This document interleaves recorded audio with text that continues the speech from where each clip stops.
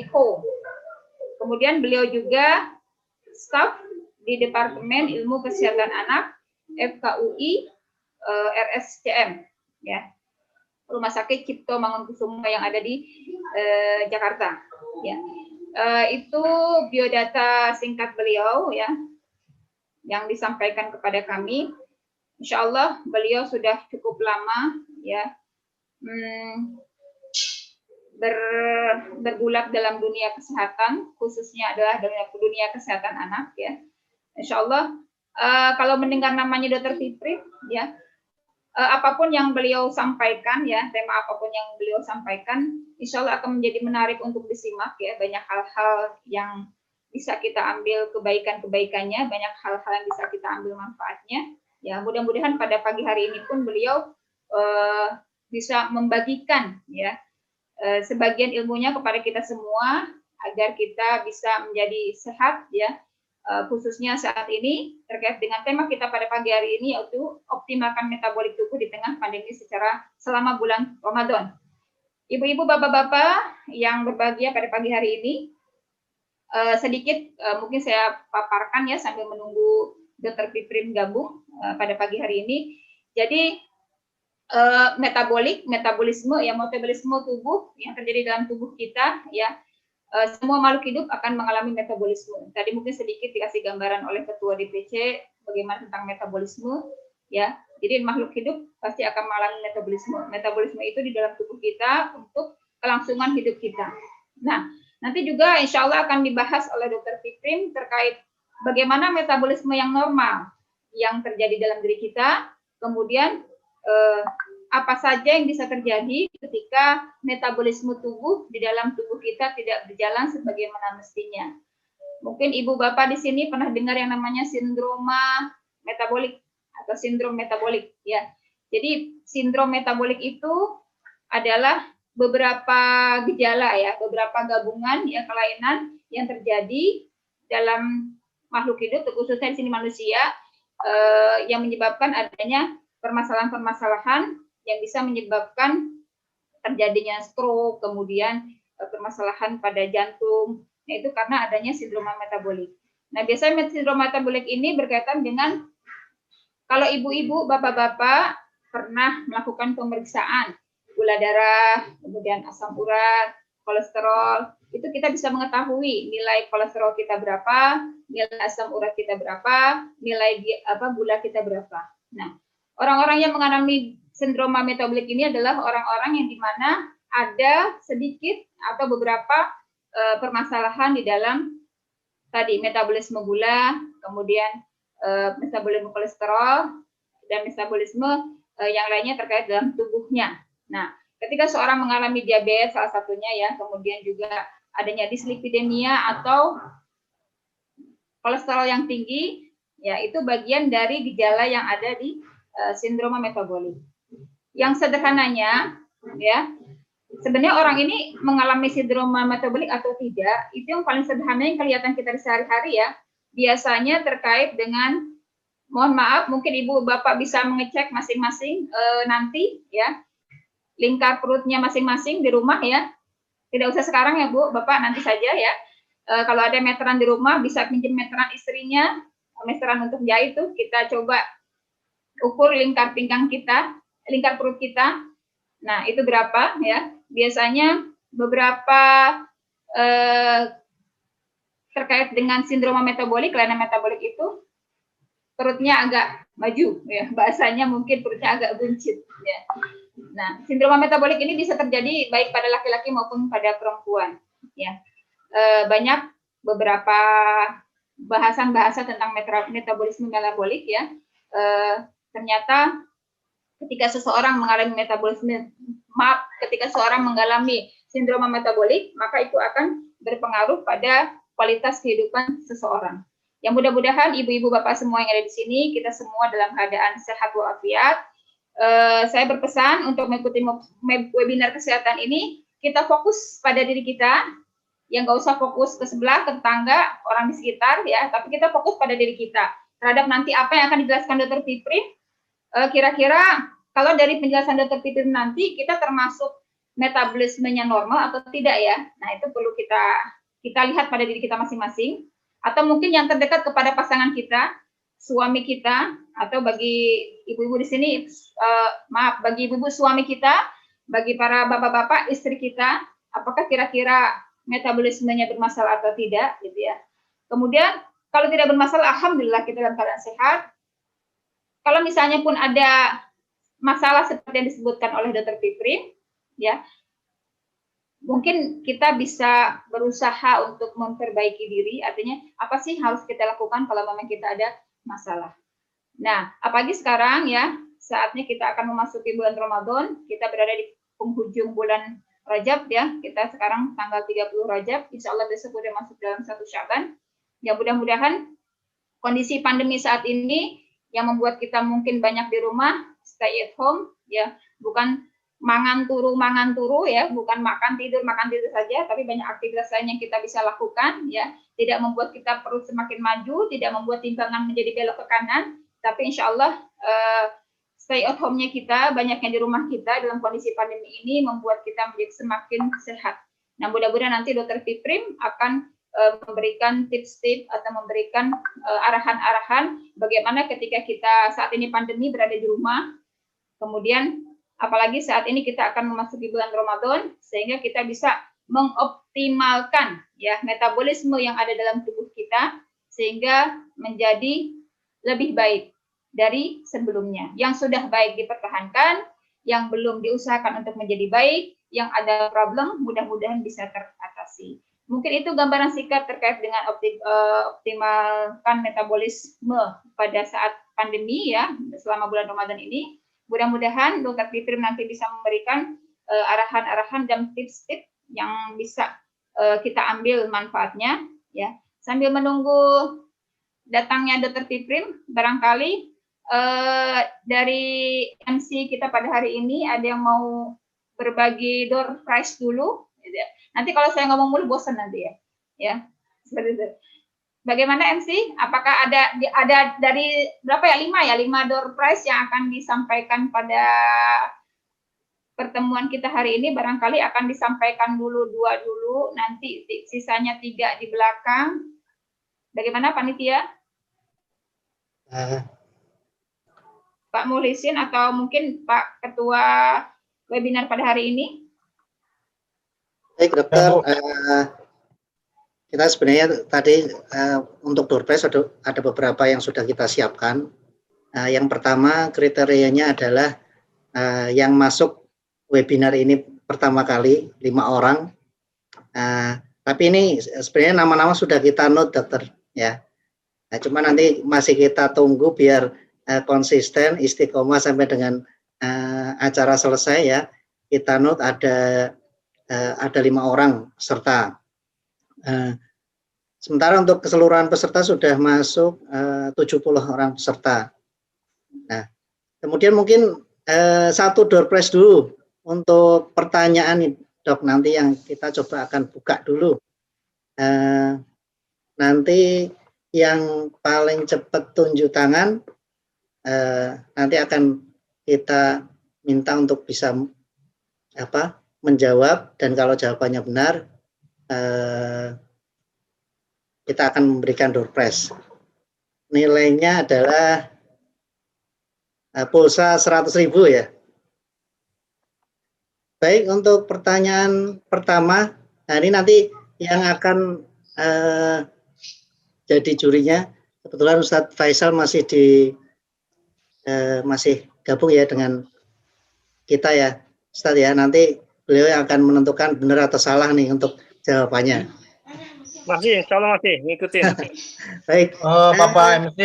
Bapak MC, untuk ya. Ini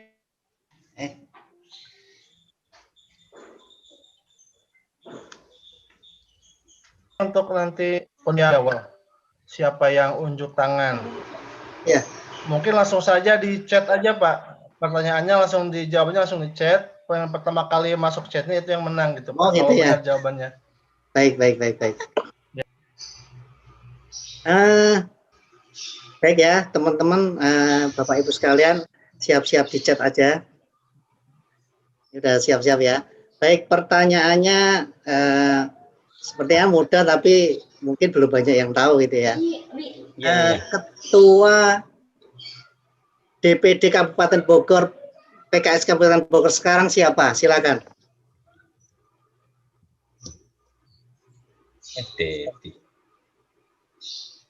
Sudah masuk dua. Udah masuk tuh Pak, ya yang pertama tuh. Oh, udah ya. Jadi yang kita nilai adalah yang lengkap ya. Gitu ya Pak.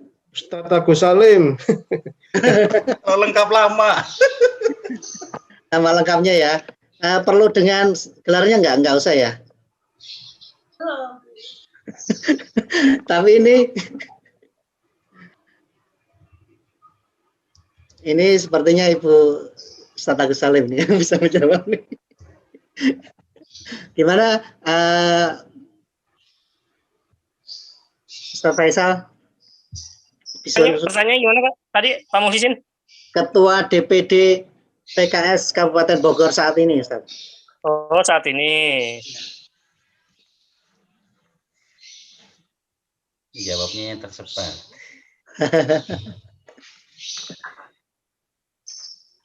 Masih banyak yang menjawab Ustaz Agus Salim, Ustaz ya.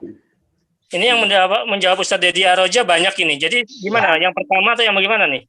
Yang pertama, Ustaz. Yang pertama berarti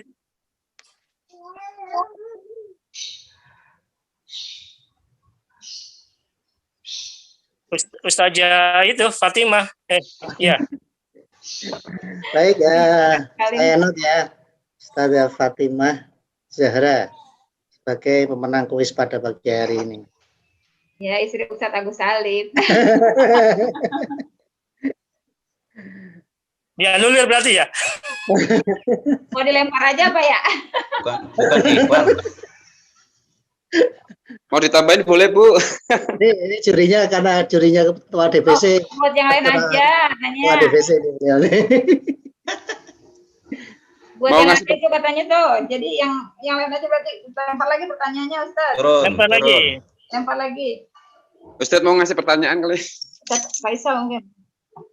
Masih pertanyaan. Baik. Silakan Ustaz Faisal. Siapa ketua dulu nama istilahnya CADA ya, cabang dakwah. Sekarang BPC 1. Siapa ketua BPC 1 saat ini? Bidang pembinaan cabang. Pakai clue. Clue-nya orang mana ya? Belum ada yang tahu kayaknya ya. Penggantinya Ustadz Suprapto. Panitia nggak boleh ikut ya. Saya Muhammad, banyak Muhammad loh. Panitia apa peserta? Ada yang lebih susah lagi nih. Pak Soehartono kayaknya nih. Saya peserta boleh jawab. Itu, ya? Pak ada yang jawab itu Pak. Tadi pertama Muhammad Subardi. Sebelum Pak Lukman tadi menjawab siapa tuh? Ya, Muhammad. Wici. Ya Wici siapa nih Wici? Namanya Ya Bu Wici siapa itu? Sudah benar jawabannya. Ya Bu Wici siapa nih? Bu Wici silakan ngaku. Siapa? Oh kader Sukaraja. Bu Wici kameranya bisa dihidupkan, terus mic-nya juga bisa dihidupkan biar bisa kita spotlight. Minimal mic. Nomor handphonenya Pak diminta. Langsung dibagi. Oh, beliau kader Sukaraja. Silakan panitia dicatat itu. Beliau kader Sukaraja ternyata. Dan kemudian ketua BPC 1 memang dari Sukaraja. Oh, gitu. Ustadz Muhammad Subardi.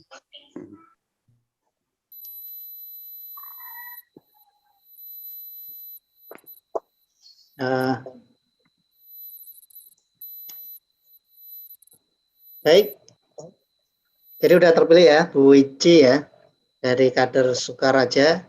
Nah, terima kasih sekali dari Sukaraja juga bisa bergabung sudah lintas DPC ini. Baik, sepertinya seperti itu dulu Bu Dokter untuk selingan pada pagi hari ini. Silakan kami kembalikan ke moderator. Ya, Dokter Pipin belum gabung ya? Insya Allah Dokter Pipin agar bergabung di ruang kita. Insya Allah jam 10 ya. Sekarang jam 9 lebih 50 ya? Jam 9 lebih 50 ya? 45 di jam saya, Bu Dokter. Gitu. Oh ya. Jam saya agak kecepatannya. Ya, ya Ibu-ibu, Bapak semuanya yang kami rahmati, ya alhamdulillah door prize yang pertama sudah ada yang dapat ya, sudah didapatkan oleh Ibu Wici ya dari Sukaraja. Alhamdulillah acara webinar pada hari ini dihadiri oleh teman-teman selain dari DPRA Nanggewer, kemudian Nanggewer Mekar, kemudian beberapa DPRA yang ada di Cibinong, dan alhamdulillah juga lintas DPC ya, ada DPC Sukaraja. Mudah-mudahan yang lain pun bisa bergabung, dan kita juga live streaming di YouTube ya pada acara hari ini. Jadi bagi teman-teman, silakan ibu-ibu masih ada kesempatan, bapak-bapak ada kesempatan, silakan ajak teman-temannya untuk bisa bergabung dalam acara ini. Insya Allah pematerinya sebentar lagi akan bergabung dengan kita. Silakan ajak teman-teman sebanyak mungkin untuk bisa bergabung di sini atau masuk melalui link YouTube ya. Insya Allah akan banyak manfaat yang kita peroleh dari acara pada hari ini. Ya, seperti itu. Cukup satu saja Pak yang mau dibagi ininya. Ada berapa, rencananya akan ada berapa door prize Bapak Panitia? Kalau untuk pulsa itu untuk 5 pertama ya, 5 pertama yang gabung insya Allah sudah tercatat oleh Panitia, ada 5 pertama yang gabung akan mendapatkan pulsa. Masih ada 3 voucher belanja lagi Bu Dokter. Oh gitu, jadi 4, yang tadi itu pulsa 100.000 atau voucher belanja itu Pak? Bisa dikir, bisa di 212. Oh, jadi yang 100.000 tadi voucher belanja ya. Kalau untuk pulsa itu yang 5 orang pertama kali gabung itu dalam bentuk voucher dalam bentuk voucher pulsa. Kemudian untuk 4 door prize dalam bentuk voucher belanja. Dan 1 orang sudah diambil oleh Ibu Wici. Mudah-mudahan barokah ya. Jangan dilihat sekian jumlahnya, tapi insya Allah keberkahannya ya. Walaupun 100.000 insya Allah berkahnya luar biasa. Insya Allah. Ya ibu-ibu, bapak-bapak yang kami hormati, sambil menunggu Dr. Piprim gabung, ya, mungkin dari panitia ada yang mau disampaikan selain dari saya, atau dari Ketua DPC ada yang mau menyampaikan? Pak Ustadz Faisal Haswa? Iya Bu, ada satu saja. Ya silakan. Bahwasanya di DPC ini ada beberapa wajihah yang dimiliki ya, dimiliki oleh DPC yang berkaitan pertama dari bidang ekonomi itu ada Koperasi Karya Insan Robani. Jadi bagi teman-teman yang ada di webinar ini, yang sudah bergabung di webinar ini, mohon kiranya bisa mensupport Koperasi Karya Insan Robani ini untuk pertama minimal menjadi anggota. Setelah menjadi anggota, kemudian aktif mengalihkan belanjanya setiap bulan 200 sampai 300 ribu yang mungkin selama ini kita belanja di Mart ya, kita alihkanlah 200 sampai 300 ribu untuk mensupport aktivitas kegiatan di Koperasi Karya Insan Robani ini. Dan alhamdulillah koperasi kita ini sudah memiliki legalitas yang sudah dibantu oleh anggota dewan kita yang ada di Kabupaten Bogor. Jadi kita manfaatkan semaksimal mungkin, sedikit mengalihkan lah ya belanja kita. Saya pribadi yakin Bapak Ibu belanja di luar mungkin dalam 1 bulan bisa 700, 800, bahkan 1 juta lebih. Nah, kami minta ya 200 sampai 300 ribu lah rutin belanja di Koperasi Karya Insan Robani ini. Itu yang pertama. Yang kedua berkaitan dengan yayasan. Di wajihah DPC ini ada Yayasan Harapan Umat Cibinong yang bergerak di bidang pendidikan. Untuk itu sekali lagi bagi Bapak Ibu yang memiliki putra-putri atau tetangga kanan kiri yang lokasinya tidak terlalu jauh dengan Harapan Umat, ya sama-sama kita majukan sekolah milik jamaah ini gitu ya. Nah, kalau misalkan Pondok Raja ada Bukhari Muslim, kemudian di wilayah Sukahati, Karadena, Nanggewer bisa ke Harapan Umat gitu ya, atau sekolah-sekolah lain yang dikelola. Tapi ini pure wajihah ini dikelola oleh jamaah ya. Demikian informasinya. Kalau kesehatan bisa ke Fitra Insani misalkan atau ke Bunda Dharma atau ke yang lain ya sekelilingnya gitu. Jadi kita upayakan maksimalkan usaha-usaha atau wajih-wajih yang dimiliki jamaah kita gitu. Agar biar lebih maksimal lagi kegiatan, aktivitas, dan lain sebagainya lah ya. Terutama nanti pasti ada kontribusi sumbangsi untuk dakwah. Baik, demikian Bu Dokter, sementara ini informasinya. Ya, terima kasih Pak Faisal Hasfa. Ya, intinya adalah kita membagi-bagi ya. Jadi ya tidak harus semuanya mungkin all out ke sana ya, seperti disampaikan oleh Ustaz Faisal Hasfa, tapi kita juga sama, ada tetangga, ada dibagi-bagilah intinya ya. Jadi bisa berbagi ke tetangga, atau bisa berbagi ke teman kita, berbagi ke kerabat kita, dan satu lagi mungkin dari misalnya kalau belanjanya misalnya sebulan 400.000, 100.000 bisa ke tetangga, 100.000 ke kerabat, kemudian yang berapa ratus bisa ke tadi ya, koperasi. Jadi semuanya insya Allah berkah ya, kebagian berkahnya. Insya Allah seperti itu ya, Pak Faisal Hasfa. Jadi dukungan kita semuanya. Ya, Pak Muhlisin, satu lagi door prize ya Pak, bisa disampaikan barangkali sambil menunggu Dr. Fitrin gabung. Jadi ada 4 door prize, nanti 2 lagi di.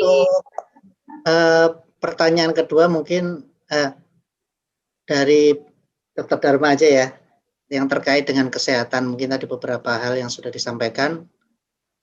Saya revisi sedikit tadi bahwa untuk 5 peserta pertama yang hadir akan mendapatkan pulsa masing-masing 20.000. Kemudian untuk yang menjawab pertanyaan dengan benar, untuk kuis-kuis kita akan mendapatkan voucher belanja senilai 100.000. Ya, terima kasih Pak Muhlisin. Mohon maaf kalau untuk pertanyaan terkait kesehatan kita menunggu pemateri yang baik. Untuk pematerinya langsung ya. Khawatir nanti kurang pas. Tapi insya Allah ini Dr. Pipim akan bergabung ya, insya Allah sebentar lagi. Alhamdulillah.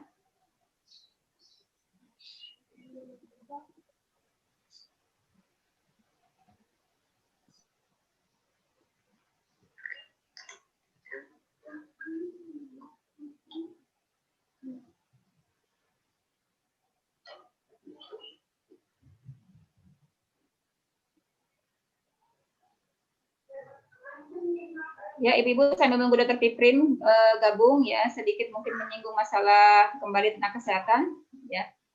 Nanti kalau misalnya saya ada yang salah, maklum kapasitas kita berbeda. Saya sebagai dokter umum, kalau Dr. Piprim kan sebagai spesialis anak dan beliau adalah konsultan. Dan satu lagi, menurut informasi, beliau sedang mengambil, kalau tidak salah ya, beliau sedang mengambil program doktoral. Jadi sedang mengambil S3 ya. Jadi sedang kuliah mengambil S3. Jadi insya Allah keilmuan beliau lebih mumpuni gitu ya. Tapi mungkin sedikit banyak ya, coba saya berbagi juga tentang kesehatan yang saya ketahui. Kembali lagi ke sindroma metabolik, biasanya seseorang mengalami sindroma metabolik, ada beberapa kelainan, salah satunya dia memiliki diabetes, kemudian dislipidemia. Dislipidemia itu kelainan pada kolesterol, jadi kolesterolnya tinggi, kemudian juga ada hipertensi. Ya, jadi darahnya tinggi ya, seperti itu. Itu beberapa kelainan yang ada dalam sindroma metabolik. Nah, insya Allah nanti di bulan Ramadan ini kita bisa mengoptimalkan metabolisme kita, bagaimana kita bisa mengatur gula darah kita, kemudian kolesterol kita, kemudian juga darah kita ya, yang biasanya tinggi mungkin bisa terkontrol ya, bisa terkontrol dalam tensi yang cukup stabil ya. Karena kalau bicara hipertensi juga macam-macam ya. Ada yang hipertensi, ada tingkatan-tingkatannya, ada grade 1, grade 2, grade 3. Kemudian ada yang namanya krisis hipertensi. Ya, mungkin Ibu pernah dengar atau Bapak pernah dengar yang namanya krisis hipertensi itu apa. Krisis hipertensi juga ada yang emergensi, ada yang urgensi. Jadi ketika seseorang terkena hipertensi yang begitu tinggi, dikatakan krisis hipertensi itu kalau sudah di atas 180/120 itu udah kategori krisis hipertensi yang tinggi. Nah, hipertensi yang tinggi juga ada yang tanpa gejala, tidak dirasa. Tapi ada juga yang menimbulkan gejala. Makanya hipertensi ini atau darah tinggi ini dibilang silent killer. Jadi silent killer atau pembunuh tersembunyi. Nggak ngomong-ngomong, nggak ngasih tanda, tiba-tiba klep aja. Mungkin kita pernah dengar ya, ada yang tiba-tiba terjatuh, tiba-tiba tidak sadar, tiba-tiba muntah, gitu ya, tahu-tahu darahnya sudah di atas 200 ya. Nah, seperti itu krisis hipertensi. Jadi krisis hipertensi itu ada yang menimbulkan gejala, dan kalau sudah menimbulkan gejala ke organ yang lain biasanya dianjurkan untuk dirawat di rumah sakit. Tapi kalau krisis hipertensi yang masih terkendali, yang masih bisa diatur atau kita diobati, ya bisa dengan berobat jalan dan juga dengan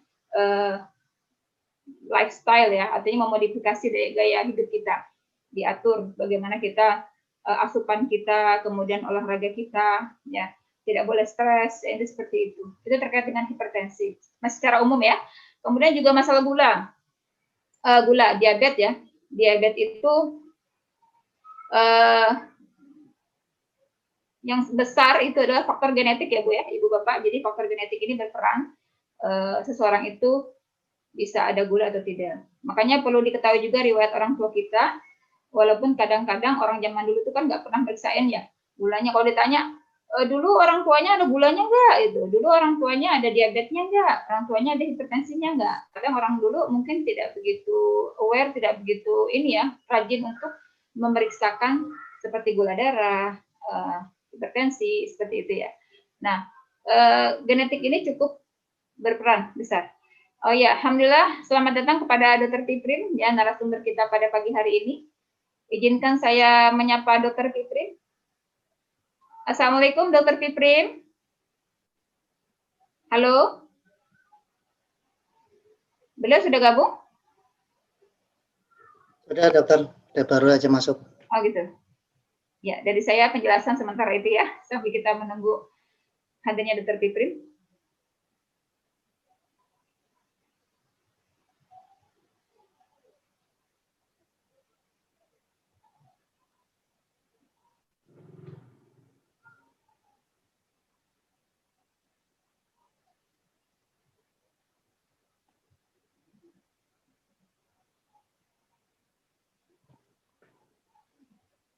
Belum masuk ya, Pak? Sudah, Dok. Sudah masuk? Sepertinya lagi. Dr. Fitrin.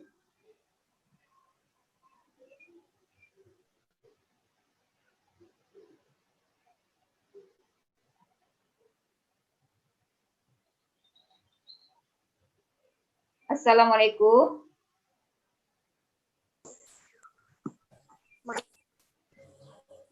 Halo, Assalamualaikum, Afan. Waalaikumsalam warahmatullahi wabarakatuh. Baru sampai rumah. Insya Allah sibuk ya, Dr. Fitri, Masya Allah banyak agenda, tapi alhamdulillah masih bisa meluangkan waktu untuk bisa hadir bersama-sama kita dalam satu ruangan. Bersyukur sekali kita ya, kita bisa berada dalam satu ruangan ya dengan beliau, walaupun hanya di ruang Zoom ya, Insya Allah. Assalamualaikum Dr. Fitri. Ya, Waalaikumsalam. Alhamdulillah, selamat bergabung dokter di acara kami dari DPRA PKS Nanggewer dan DPRA PKS Nanggewer Mekar dalam acara webinar kesehatan ya. Alhamdulillah dokter, sehat dokter ya, insya Allah sehat selalu ya. Alhamdulillah. Oke, dokter, acara ini diajarkan oleh DPRA ya Nanggewer dan Nanggewer Mekar, tapi insya Allah diikuti oleh teman-teman dari luar DPRA Nanggewer dan Nanggewer Mekar juga, dan insya Allah kita live streaming di YouTube, insya Allah, dokter. Ya. Gimana dokter? Insya Allah dokter sudah sedikit dipaparkan tentang masalah tema kita pada hari ini, dan sudah sedikit banyak kami perkenalkan tentang dokter ya pada saat ini. Apakah bisa langsung dimulai dokter? Ya, boleh. Ya. Mulai ya. Ya, alhamdulillah. Saya bisa share screen ya. Ya, mangga langsung saya serahkan ke Dr. Fitri, mangga dokter.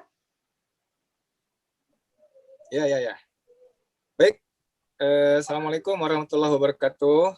Waalaikumsalam warahmatullahi wabarakatuh. Mohon maaf saya terlambat ya. Tadi goes dulu sama teman-teman, nggak tahu ada yang bocor bannya, jadi ya rada lama ribet di luar perhitungan. Saya coba share screen. Oh, nggak bisa share screen. Tolong dijadikan co-host dulu deh.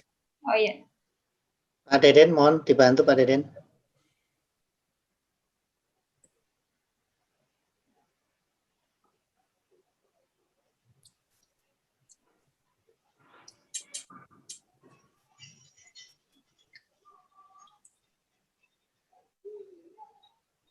Pak Deden, monitor. Belum bisa. Sedang disesuaikan, dikondisikan dok.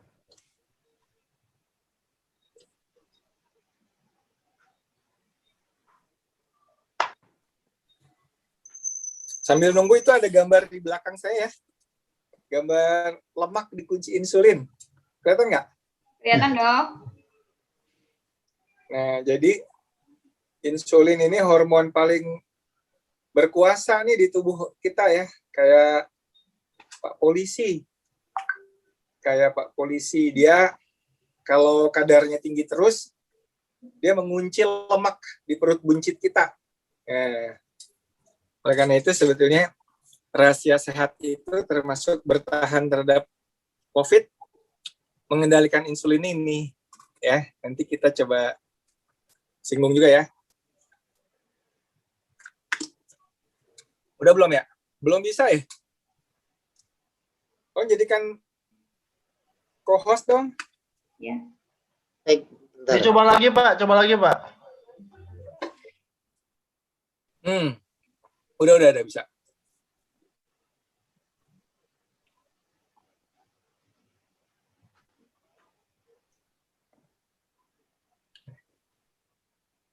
Nah, bisa kan ya? Kelihatan ya? Bisa. Siap, kelihatan. Ya baik, bismillahirrahmanirrahim. Kita mulai bagaimana trik sederhana mencegah COVID menjadi fatal ya. Saya tidak bicara tentang mencegah penularan ya. Kalau mencegah tertular itu tetap protokol 3M itu ya. 3M mungkin sekarang jadi 5M ya. Jadi 5M dan entah jadi berapa M lagi gitu ya. Saya nggak tahu. Walaupun protokol itu ada, tapi tetap aja kasus COVID-nya banyak ya. Nah, di Jakarta itu pernah positivity rate sampai 40% ya. WHO peringatkan pandemi ini akan berlangsung lama ya. Ada yang bilang 3 tahun, ada yang bilang 4 tahun, bahkan saat vaksinnya sudah ketemu ya. Yang kita lihat PSBB pada saat itu jalanan sepi, tapi tadi saya lewat Sudirman, waduh udah penuh banget ya, udah kayak bukan pandemi ya. Ini orang juga udah bosan dengan lockdown ya, sudah kayak gini di pasar-pasar ya. Ya kayak gini. Walaupun sudah 3M, ada social distancing, tapi kalau bandel-bandel masyarakatnya tetap aja peluang kita tertular itu akan tinggi ya. Petugas kesehatan, ya perawat, dokter, dan lain-lain, nakes itu selalu dianjurkan pakai APD ya. Sekarang alhamdulillah nakes sudah pada divaksin ya. Dan setelah vaksinasi massal nakes ini, rasa-rasanya sih jarang lagi kita dengar nakes wafat akibat COVID ya, rasa-rasanya sih. Nah ini kita tahu bahwa kalau agent, host, dan environment atau lingkungan itu seimbang ya, sebetulnya penyakit itu tidak terjadi. Tapi kalau ada gangguan keseimbangan, misalkan ada agent baru ya, ada virus baru nih. Ada virus baru. Di sini ada COVID ya, COVID-19 ya. Ada virus baru ya.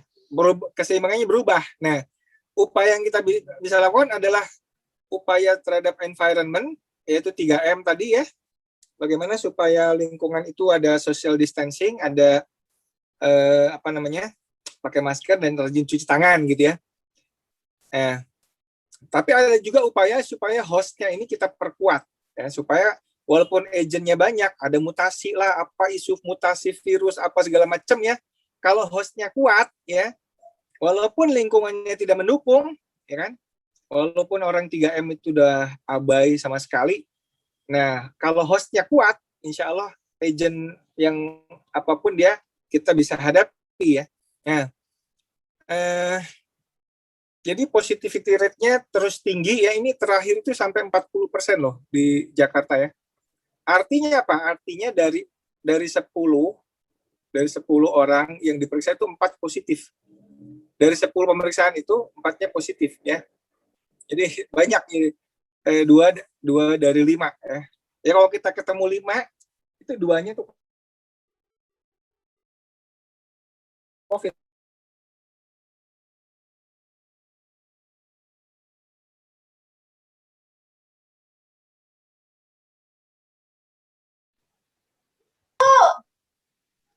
Suara hilang ya?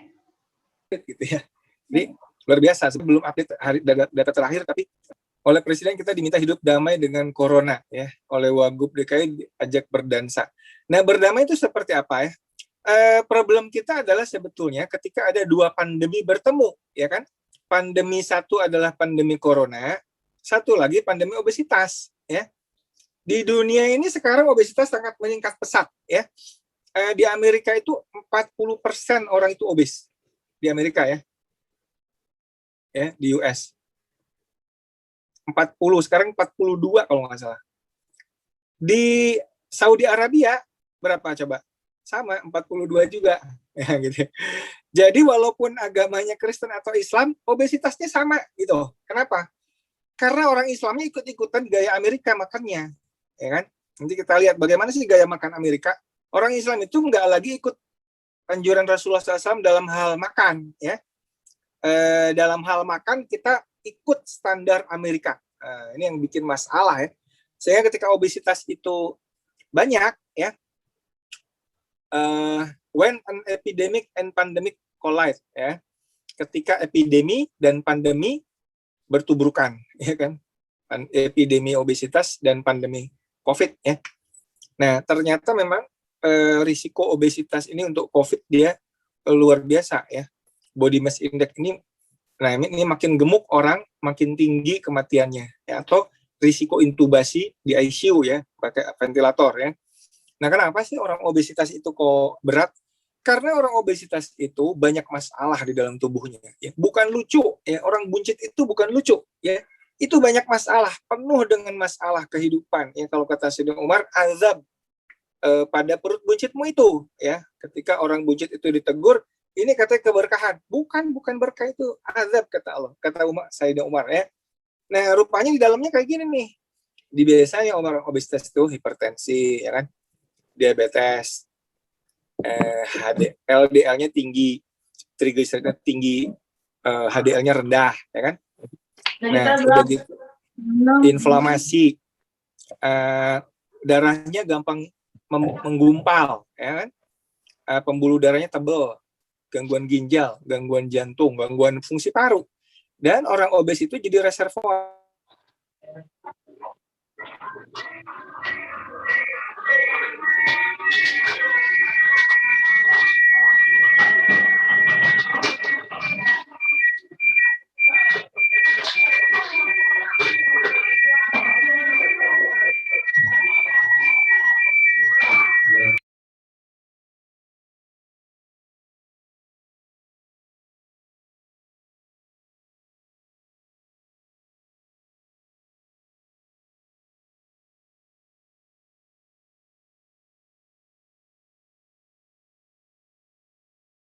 Dr. Piprin, mic-nya mohon bisa di-unmute dulu.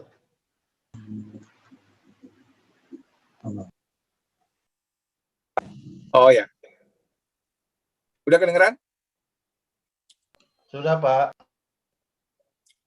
Ini kelihatan nggak? Kelihatan nggak? Kelihatan nggak? kelihatan, Pak. Kelihatan ya. Oke. Kelihatan, Fotonya Dok. kelihatan, Pak. Fotonya kelihatan. Oke, ya deh. Nah, ini kelihatan, terlihat. Iya. Jadi orang obesitas itu kenapa dia bermasalah? Ya? Karena dia udah ada hipertensi, biasanya juga ada diabetes, gangguan kolesterolnya, trigliseridnya tinggi, HDL-nya rendah, ya kan? Inflamasinya tinggi, karena sel-sel lemak itu kejepit-jepit dia jadi inflamasi ya. Terus gampang menggumpal pembuluh darahnya, darahnya gampang menggumpal, terus pembuluh darahnya juga ada peradangan pembuluh darah, gangguan ginjal, gangguan jantung, gangguan fungsi paru. Pokoknya nggak ada bagusnya deh obesitas ya. Jadi dia jadi reservoir atau tempat ngendon, tempat berkembang biak dari virus COVID ya.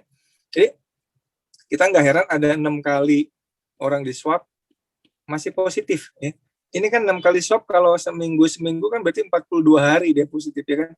Orang lain mas seminggu aja udah cukup ya, swab sekali nih positif, berikutnya bisa negatif, ini 6 kali dia di swab positif aja terus. Kenapa? Karena ini dia, karena dia jadi tempat tuan rumah yang nyaman buat COVID-nya, ya kan? Ini sel-sel inflamasi di orang obesitas, ya. Jadi metabolic syndrome itu memang bikin masalah pada COVID ini. Nah ini Bapak Ibu sekalian, coba nanti di DP Rasana ya. Ini bikin posyandu bapak-bapak ya, atau ibu-ibu juga nih. Patokannya ini ya. Gampang nih, posyandu bapak-bapak itu atau ibu-ibu modalnya meteran. Ya, meteran kain ya, meteran kain. Terus ukur lingkar perutnya ya, lingkar perutnya. Gitu ya. Di bagian di bagian buncit ini kelilingnya. Keliling gitu. Lingkar perut itu dibagi tinggi badan harus kurang sama dengan 0,5 gitu. Patokannya ya. Jadi kalau ibu-ibu tingginya 160, lingkar perut ibu-ibu itu maksimal 80, ya kan? Kalau bapak-bapak 170, lingkar perut maksimalnya 85, ya kan? Nah, kalau 0,5 sampai 0,6 itu kuning garisnya ya. Kalau 0,6 itu merah. Merah ini bahaya ya, bahaya pada COVID ya, hati-hati, jangan keluar ya. Oke, lingkar pinggang, gula darah puasa coba diukur. HbA1c ya ini agak susah, ini nanti nggak apa-apa lah. Ini TG, HDL, tensi ya, dan tidak minum obat. Biasanya orang sekarang itu nggak ada yang bebas obat ya, nggak ada yang sama sekali bebas obat. Jadi selalu minum obat untuk hipertensi, diabetes, kolesterol dan sebagainya. Nah, ini risiko untuk hipertensi metabolic syndrome tuh sama di Amerika sama di ini. Saya cepat aja bahwa COVID itu membuka tabir pengidap metabolik sehingga mereka tidak bisa lagi hidup santuy. Nah, ini kata Sun Tzu begini, kalau kamu paham karakter musuh dan karakter dirimu dengan baik, maka kau tak perlu takut pada hasil dari 100 pertempuran. Ya. Jadi sebenarnya coronavirus itu, dia bukan makhluk hidup sebenarnya. Ya. Dia materi genetik aja, ya, bisa berbiak dengan membajak inang atau host yang dimasukinya. Nah, ini coba kita dengarkan ya. Ini bagaimana virus itu masuk lewat mata, hidung, mulut, ya. Kemudian dia berbiak di situ ya, viral shedding-nya sampai 14 hari. 2 sampai 14 hari. Nah, masuk di situ, membajak sel-sel tubuh di situ, ya kan? Kemudian barulah ada gejala tuh, kaf, itu batuk kering, demam, nafasnya pendek-pendek gitu ya. Nah, ini juga dia setelah masuk lewat mulut, hidung, dan mata, ngapain dia di dalam tubuh, ya kan? Nah, kemudian dia beririsan dengan ini nih, reseptornya ini adalah S2 ya. S2 ini kayak pintu masuknya gitu, nah kuncinya gitu di situ ya. Nah, langsung si RNA-nya ini masuk ya, ini RNA masuk ke dalam tubuh kita. Ngapain nih RNA itu membajak ya, membajak sel-sel aparatus Golgi ya, untuk mencetak protein. Nah, ini jadi dia kayak materi genetik aja, nanti si tubuh kita dan nutrisi dari kita, tapi kode genetiknya dari dia, ya, instruksinya dari dia untuk bikin apa, untuk bikin protein baru sesuai perintahnya dia, bukan buat apa protein baru itu, ya, glikoprotein baru dan seterusnya itu buat apa, ya kan? Ternyata buat bikin anak virusnya, ya, dia cetak untuk memperbanyak anak-anak virus, ya kan? Jadi ini luar biasa, ya. Satu sel aja dia bajak itu bisa kira-kira satu sel itu 1 juta anak virus. Jadi Bapak Ibu sekalian, ini dari satu sel ya, satu sel doang. Satu sel, satu sel itu kira-kira anak virusnya 1 juta. Jadi kita kasih makan si virus itu untuk kemudian dia berbiak di tubuh kita, dan satu sel 1 juta. Bayangin kalau yang dibajak itu ada berapa ribu, misalkan ada 100.000 sel, itu kan di paru-paru kita banyak. Kalau ada 100.000 ya 100.000 kali 1 juta anak virus, itu kan luar biasa. Ya. Jadi ini 100 triliun ya, 100 triliun virus bisa di dalam tubuh kita. Makanya nggak hilang-hilang tuh orang-orang yang dibajak aja. Sebetulnya dia ini pembajakan dari virus terhadap sel-sel tubuh kita ya. Nah, jadi ini saya cepet aja. Intinya adalah, nah jadi kita itu jangan mau tubuh kita dibajak ya. Nah, kita itu harus main di sini sebetulnya. Stage 1 itu ketika Ketika apa? Ketika mulai pembajakan itu, ketika virusnya mulai replikasi, ketika belum ada gejala atau gejala ringan nih, mulai ada demam-demam, ya kan? Biasanya ada demam, ada batuk-batuk ringan, ya kan? Swabnya baru ketahuan positif. Nah di sini nih, sebetulnya antiviral respons di sini. Tapi yang mau saya ajarkan fase kita itu di sini. Supaya apa? Supaya nggak ke sini. Karena kalau di sini dia mulai sesak nih, ya kan? Ini mulai sesak. X-ray-nya mulai putih ya. X-ray-nya mulai putih, ronsennya. Dia mesti rawat di RS. Nah, begitu biasanya ini hari ke-8, ke-9 nih, ya. Nah, ini jatahnya ICU, ya. Mau dibilang dalik, ya. Biasanya orang itu masuk jalan kaki di sini, ya kan? Isolasi di sini, dia makan banyak makan. Kemudian nanti hari ke-8 ke-9 masuk ICU, dan hari ke-10 innalillahi wa inna ilaihi raji'un. Biasanya begitu siklusnya, ya. Kenapa? Karena dia mengalami ini semua, ya. Nah, Bapak Ibu sekalian, yang ingin saya ajarkan adalah bagaimana kita concern di sini, ya. Kita hambat di sini dengan cara sederhana supaya nggak jadi ke sini, ya. Ini masih kedengeran suara saya? Tolong respons. Masih Pak, masih aman. Masih. Oke. Masih dokter, Ya. dengar. Lanjut ya. Jadi imunitas kita itu sebetulnya nggak lemah-lemah amat. Ya. Kita itu sebetulnya diciptakan Allah nggak lemah-lemah amat, ya kan? Nah, Allah katakan Allah laqad khalaqnal insana fi ahsani taqwim. Sungguh aku telah ciptakan engkau dalam sebaik-baik ciptaan, gitu ya. Termasuk ciptaan itu dalam antibodi, dalam pertahanan tubuh, ya. Harusnya virus itu kalau masuk ke tubuh kita nangis seperti ini, ya kan? Tapi dengan gaya hidup kita bikin virus itu tertawa terbahak-bahak. Kenapa? Karena makanannya banyak di tubuh kita, ya kan? Nah, sebetulnya nih, ini saya cerita sedikit tentang imunitasnya. Imunitas kita itu dalam waktu hours, beberapa jam aja, begitu ada virus masuk, ya kan? Ini langsung sel-sel pertahanan tubuh kita tuh langsung bekerja gitu, ya, langsung luar biasa sebetulnya, ya. Nanti dalam waktu 1 atau sampai 3 hari, 5 hari itu barulah dibikin antibodi. Antibodi itu agak lama sedikit, ya, biasanya hari ke-5, ya. Tapi aktivasi sel limfosit, ya, ini jenderalnya, ini Pak jenderalnya pasukan limfosit, pasukan khusus tubuh kita itu adalah limfosit ini, ya. Ini harus diaktifkan di awal. Jadi begitu dia masuk, aktivasinya itu harus di awal, gitu ya. Nah, jadi kita coba lihat. Walaupun tadi ada triliunan virus, ya, sebetulnya kita juga disiapkan untuk perangkat perlawanan yang luar biasa, ya. Di limpa itu ada 70 miliar limfosit, ya. Di nodus limfatikus itu ada 190 miliar. Ini nodus limfatikus itu yang ada kelenjar-kelenjar nih di sini ya, di amandel gitu, 190 miliar. Di sumsum tulang, di darah, di kulit, di usus, di liver, di paru-paru sendiri ada 30 miliar limfosit, ya. Jadi sebetulnya cukup asal kita mau optimalkan, ya. Jadi kita itu ada first line, ada second line, ada third line, ya.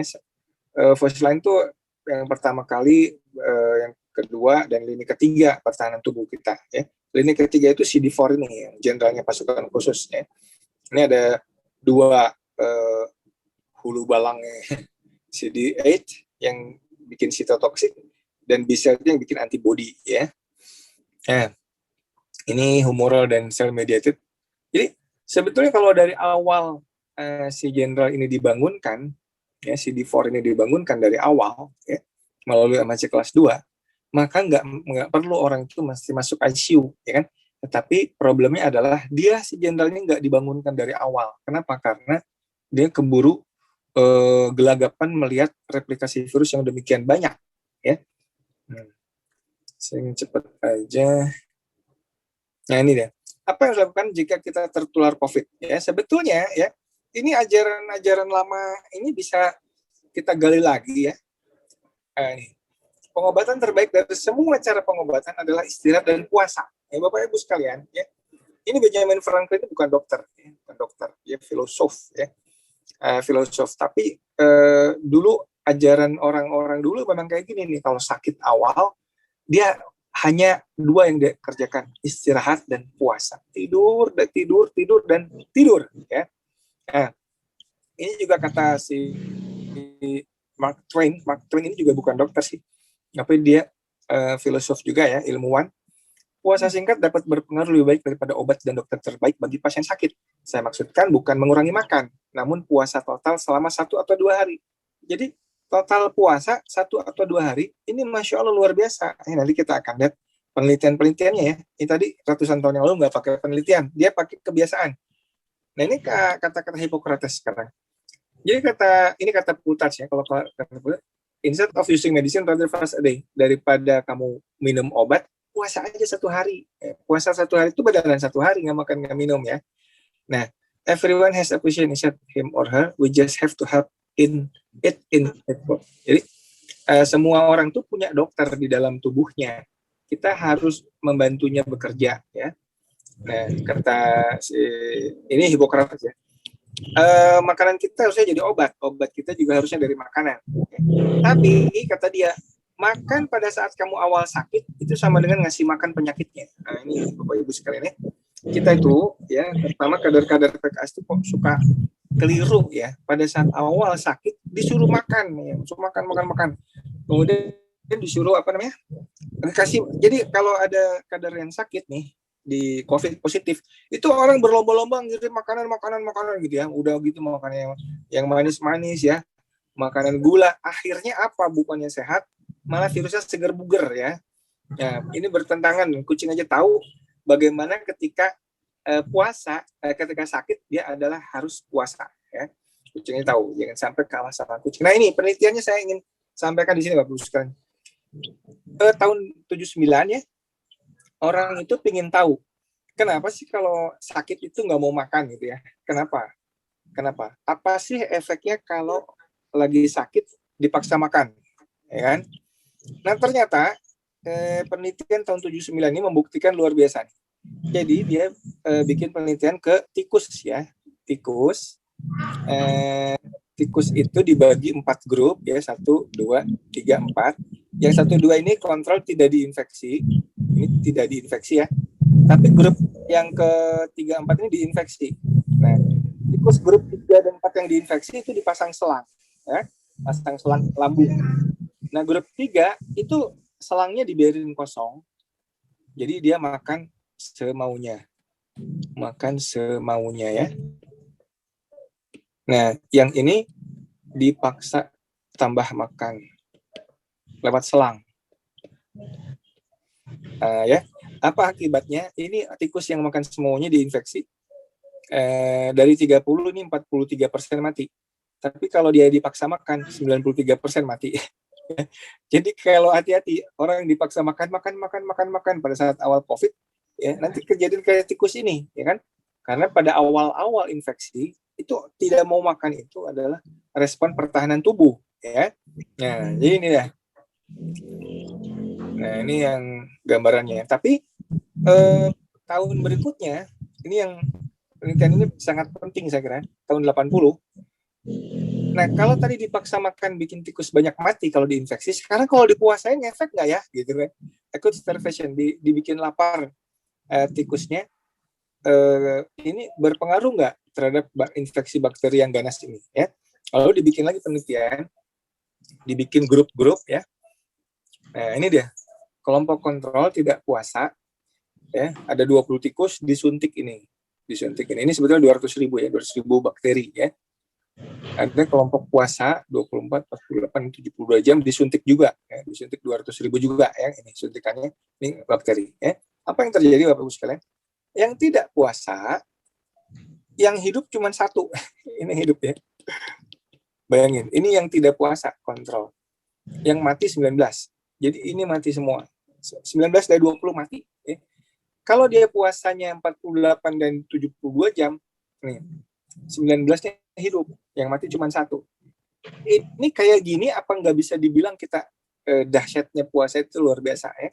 Terhadap tikus aja dipuasain, dikasih bakteri yang ini kan kalau kita lihat nih ya, ini yang tikus yang tidak puasa disuntik bakteri itu 19-nya mati, artinya bakteri itu luar biasa ganasnya ya, sampai tikus itu mati. Tapi begitu dia dipuasakan 2 hari dan 3 hari, 19 dari 20 hidup ya kan, yang 1 aja yang mati. Artinya puasa dan tidak puasa itu bagaikan malam dan siang. Okay? Kalau Bapak Ibu sekalian, kalau di dunia medis itu ya, uji obat itu misalkan obat,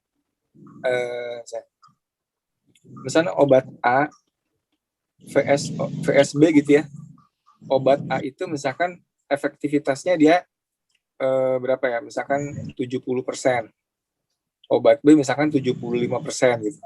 Ini bedanya 5%. Kalau antara puasa dengan enggak, itu antara 5% dan 95%. Coba bayangin ya, ini 5% nggak puasa, 90% kalau puasa. Terbukti statement-statement orang-orang dulu itu bahwa puasa itu luar biasa pada penelitian tikus ya. Nah, jadi pada saat kita sakit itu memang ada upaya untuk tidak mau makan, disebut dengan anoreksia. Karena untuk apa ya? Ini hormon kenyangnya keluar nih. Makanya orang sakit berat itu dia nggak mau makan. Biarin aja, ikutin aja dulu. Nanti kalau udah sehat dia akan mau. Yang penting apa? Yang penting elektrolit dijaga, ya kan? Kalau orang-orang yang lagi sakit berat itu elektrolit dijaga, cairan dijaga supaya jangan dehidrasi berat, ya. Nah, kalau dia makanannya nanti dia kalau pada saat itunya sudah sembuh, virusnya udah hilang, dia nanti akan masuk ke recovery. Nah, jadi yang ingin saya sampaikan juga adalah tentang ini autofagi. Jadi kalau dia puasa itu akan timbul yang disebut dengan autofagi. Autofagi itu apa? Autofagi itu adalah satu istilah recycle ya. Sel recycle ini Prof. Yoshinori Oshima ini dapat Nobel gara-gara autofagi ya. Jadi tubuh kita itu kalau lapar sebetulnya dia akan bikin gini nih, gampang ini kalau ibu-ibu awam ya. Ya gini Bu, kalau kita makan melulu itu badan kita kayak dapur kotor berantakan.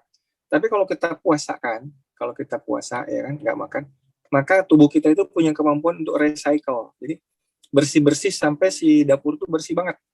Nah, bukan hanya bersih ya kan, tapi kita juga dapat makanan. Nah, jadi ada housekeeping ya. Nah, housekeeping itu udah bersih-bersih. Ini yang nggak kepake nih, ya. Sampah-sampah yang nggak kepake dibersihin, ya kan?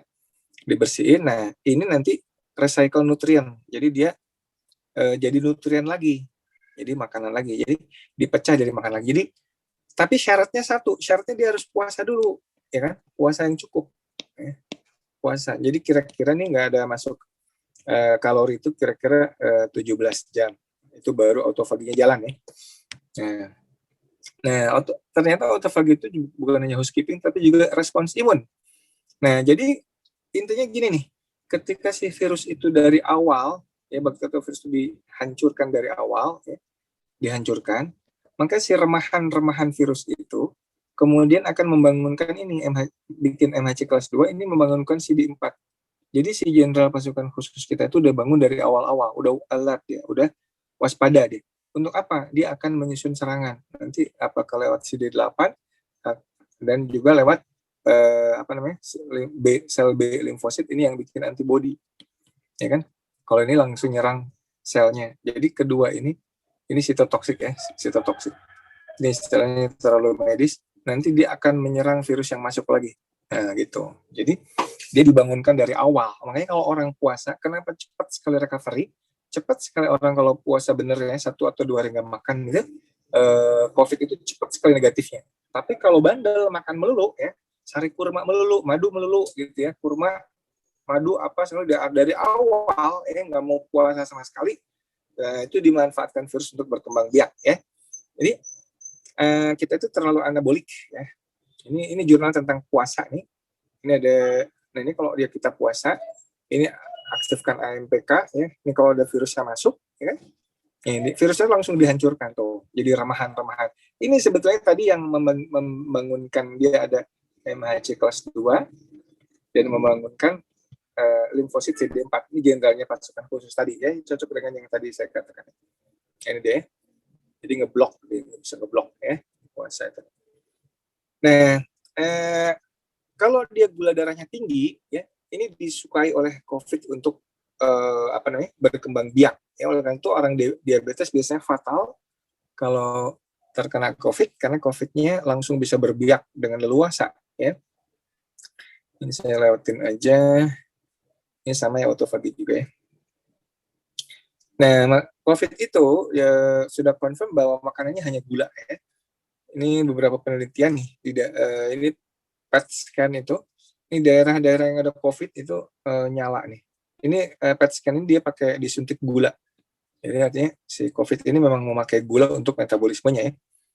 Nah, ini saya cepat aja.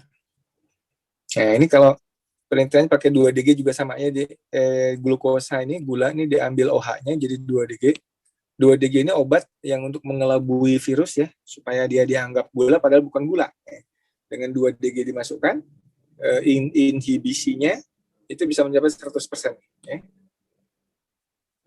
Buat apa gula itu? Buat ini, dia replikasi, ini nih, dia bikin duri, glikoproteinnya, dan juga buat ATP untuk berbiaknya, energi untuk pembiakannya. Jadi gula itu dia hanya dia butuh glikolisis ya dan glikosilasi. Ya.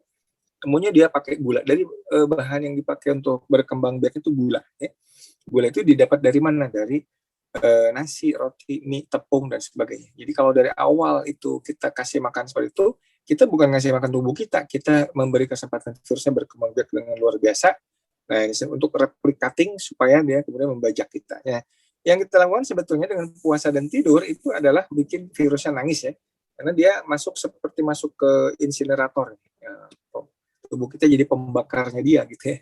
Bukan dia meluasa membajak kita, tapi dia yang kita matiin di dalam tubuh kita. Harus gitu ya. Nah, ibu sekalian, yang terakhir, autofagi puasa dan total rest di awal invasi virus, itu seperti kita madamkan lilin gitu. Gitu aja udah mati lilinnya. Tapi kalau kita kasih makan, kita kasih sari kurma, kita kasih madu, kita kasih nasi uduk apa segala macam ya, nasi kebuli dan segala macam. Di awal-awal ini seperti orang memadamkan kebakaran hutan ya, cytokine storm. Jadi tugas kita sebetulnya di fase awal ini, karena COVID itu udah 3 fase, kita mainnya di sini ya, dengan kita banyak tidur, banyak puasa. Ini ada aplikasi praktisnya. Nah, lalu kapan makannya kalau gitu? Nanti makannya kalau di fase resolusi atau recovery, asupan nutrisi penuh gizi. Ya. Jadi jangan makan di sini. Ya, 3-5 hari itu puasa dan tidur. Ya, ini aplikasinya. Jadi ini yang mungkin slide yang penting juga, bahwa kita pada saat awal dinyatakan positif COVID, bukan olahraga ya, sepedahan itu nggak boleh pada saat positif COVID. Ya. Jangan olahraga berat. Ya. Ngapain? Tidur, puasa dan tidur. Tidur. Kalau bisa 16 jam sehari. Kalau bisa tidur 20 jam boleh juga ya, susah lah. Paling juga minimal tuh 10-12 jam tuh tidur ya. Tidur. Nah. Kemudian puasanya nih bisa puasa seharian biasa. Buka puasanya dengan apa? Kalau udah mulai lapar, dengan protein hewani ya, telur, ikan, unggas, daging merah. Stop karbohidrat sama sekali. Ini insya Allah ini sangat penting ya. Percaya saya ya. Buat yang lagi kena COVID, percaya saya deh. Kalau nggak percaya nanti kita buktikan aja. Ente makan minum teh boba ya, makan donat yang banyak ya. Coba aja kalau nggak si COVID-nya itu positif melulu dah. Ya, swabnya nggak negatif, walaupun nggak fatal, tapi swabnya nggak negatif ya. Pastikan BAB lancar. Kemudian di masa resolusi, ketika kita sudah mulai lapar, biasanya hari ke-4 ke-5 ya. Kalau bagusnya sebetulnya stop karbo itu sampai swabnya negatif ya. Kalau swabnya udah negatif baru kita makan karbo lagi kalau mau ya. Kalau nggak mau juga nggak apa-apa. Ya saya kira itu 5C ini strategi jangka menengah dan panjang. Cukup tidur istirahat, cukup olahraga, cukup makan kayak nutrisi dan protein hewani, cukup puasa, cukup zikir yang buat hati menjadi tentram ya. Saya kira itu mungkin.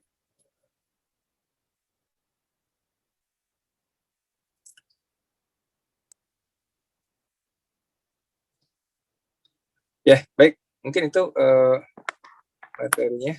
Mudah-mudahan bisa dilihat. Terima kasih. Kalau mau diskusi, silakan.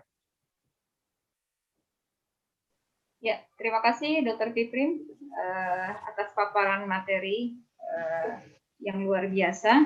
Walaupun mungkin ada sebagian istilah-istilah medis yang agak sulit dipahami ya dok ya, karena di sini banyak juga pesertanya dari kalangan non medis ya. Tapi insya Allah ada beberapa tips-tips yang Dokter Fitrin sampaikan tadi, mudah-mudahan bisa kita jalankan. Langsung saja diskusi ibu-ibu, bapak-bapak yang akan memberikan pertanyaan. Mau tanya dong, Dokter Dharma. Ya boleh. Sama Dengan Bu Nur Islam ya. Ya, silakan Bu Nur Islam langsung ke Dokter Fitrin ya. Silakan langsung saja, nanti langsung dijawab oleh Dokter Fitrin. Assalamualaikum warahmatullahi wabarakatuh, Dokter. Waalaikumsalam warahmatullahi wabarakatuh. Waalaikumsalam warahmatullahi. Terima kasih atas paparannya, sebenarnya Masya Allah banyak ilmu yang bisa saya dapatkan khususnya, dan juga banyak hal yang baru nih tentang puasa dan penyakit gitu dokter. Nah itu ada yang sudah saya cek, tapi mungkin saya mau ulas. Yang pertama, tadi ada paparan dokter mengatakan kalau metabolisme itu tinggi, kebetulan kan suami itu darah tinggi, pernah kena stroke dan jantung, jadi masih suka minum, metabolisme sudah tidak baik ya. Yang pertama, bagaimana cara mengembalikan yang kembali baik. Nah untuk sekarang dia minum herbal yang dari pohon apa nih?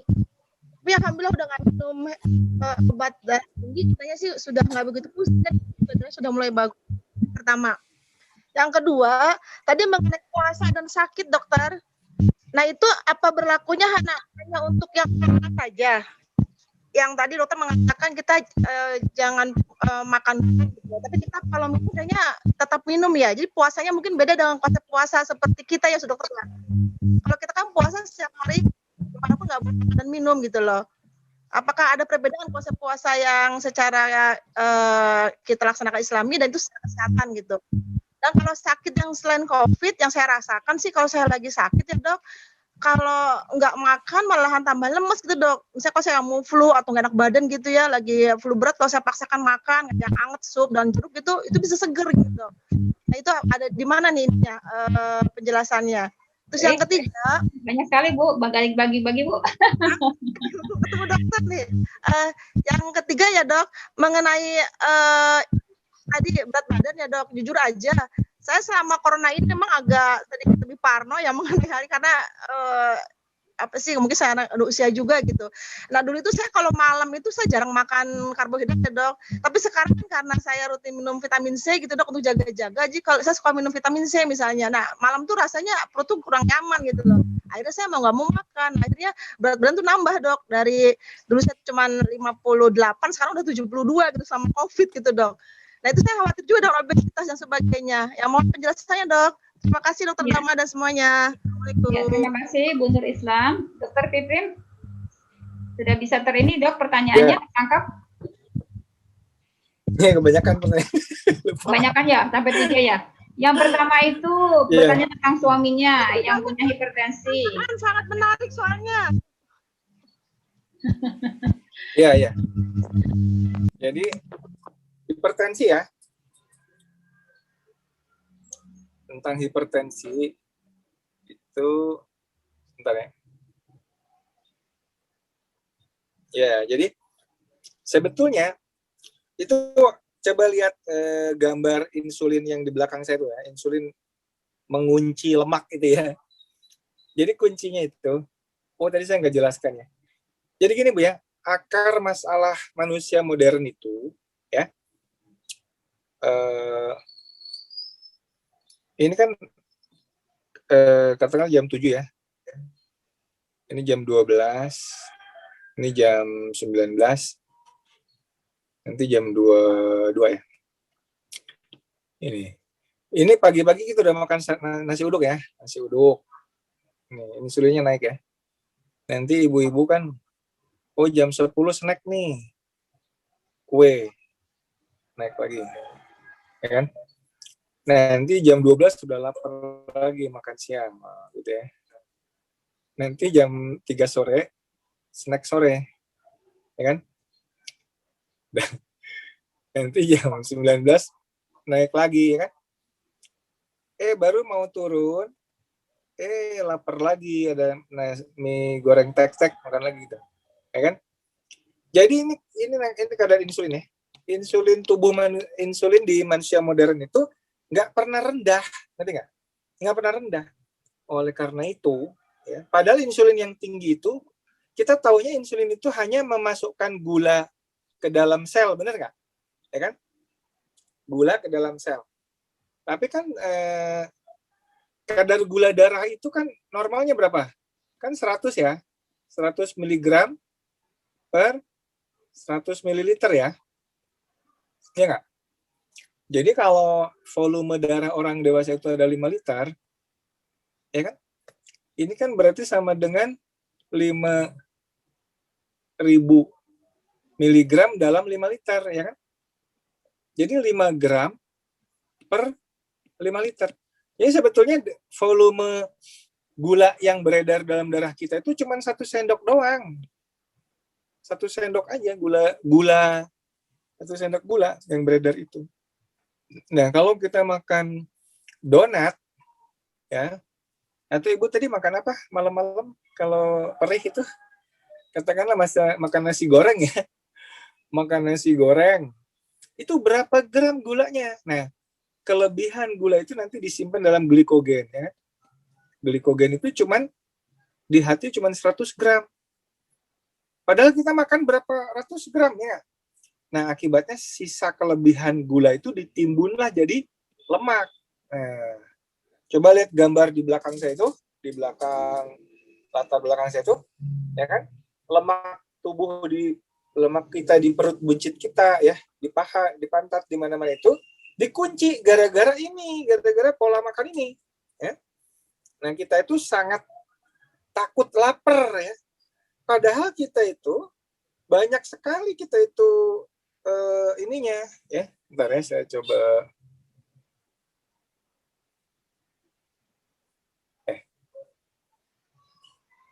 bentar ya.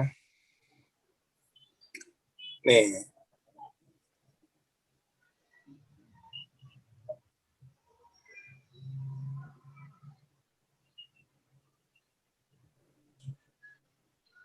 Nah, ini Bu. Kelihatan nggak nih? Kelihatan. Jadi, Lihat. nah ini dia. Kalau insulinnya itu banyak, insulinnya itu tinggi ya, tugas insulin itu bagus. Insulin itu bagus ya. Jangan dikira nggak bagus. Tapi kalau dia terus-terusan dikeluarin, ya kan, masalahnya banyak gitu. Ya, hipertensi segala macam tuh gara-gara ini. Gara-gara insulin yang terus-menerus tinggi. Ya, gara-gara si hormon ini terus dikeluarin. Gara-gara tadi kita makan berkali-kali ya. Makan berkali-kali. Kalau puasa juga sama. Orang aneh ya, puasa sahurnya 2 piring, bukanya udah ada kolak, ada candil, ada apalagi makannya 2 piring, kebuli apa segala macam ya. Jadi bukannya sehat, puasa malah tambah sakit, makanya tambah banyak, ya kan? Nah, jadi, nah ini nih, ini sebetulnya Bu, tubuh kita itu ya, tadi yang bilang bahwa kita kan gemuk, ini saya juga mantan orang gemuk nih ya. Orang gemuk itu kenapa lapar terus? Ya, kenapa orang gemuk lapar terus? Padahal perutnya buncit, banyak lemak, ya kan? Nah, ini kayak truk ini nih, truk tangki ya. Bahan bakar lemak itu seperti tangki yang gedenya ini, ngerti nggak? Nah, bahan bakar gula itu seperti tangki bensin yang kecil ini, ya. Nah, orang obes itu dia susah, padahal banyak bahan bakar, tapi dia nggak bisa akses ini. Kenapa? Ini ada kuncinya. Kuncinya itu yang disebut insulin itu. Selama insulin itu dia tinggi, nggak mungkin orang obes itu mengakses bahan bakar lemaknya. Perut di lemaknya nggak mungkin dibakar gitu. Ya, jadi kuncinya itu sebetulnya di bagaimana kita merendahkan insulin ya. Nah, ini kayaknya butuh seminar lagi soalnya. Topik kita kan tentang COVID kan. Nah, kalau COVID apa istilahnya? Bagaimana mencegah supaya nggak fatal? Tadi tidur dan puasa. Bagaimana kalau flu nggak makan malah lemas? Lah kan memang nggak disuruh aktivitas. Kalau kita sedang gejala flu, kenapa lemas? Itu cirinya kita harus tidur, Bu. Tidur dan tidur. Bukannya kita heboh aktif ngapa-ngapain? Enggak. Kalau lagi flu itu tidur. Lalu puasanya seperti apa? Puasa minum apa enggak? Sebaik-baiknya puasa nggak makan nggak minum, ya kan? Walaupun sakit kita bukan puasa syariah, ya, bukan puasa sunnah, karena puasa sunnah itu kan pada orang sehat ya.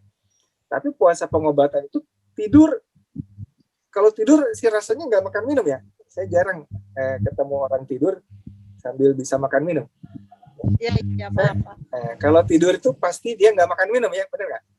Nah, kalau tidurnya dari pagi sampai dia tidurnya gimana? Habis subuh.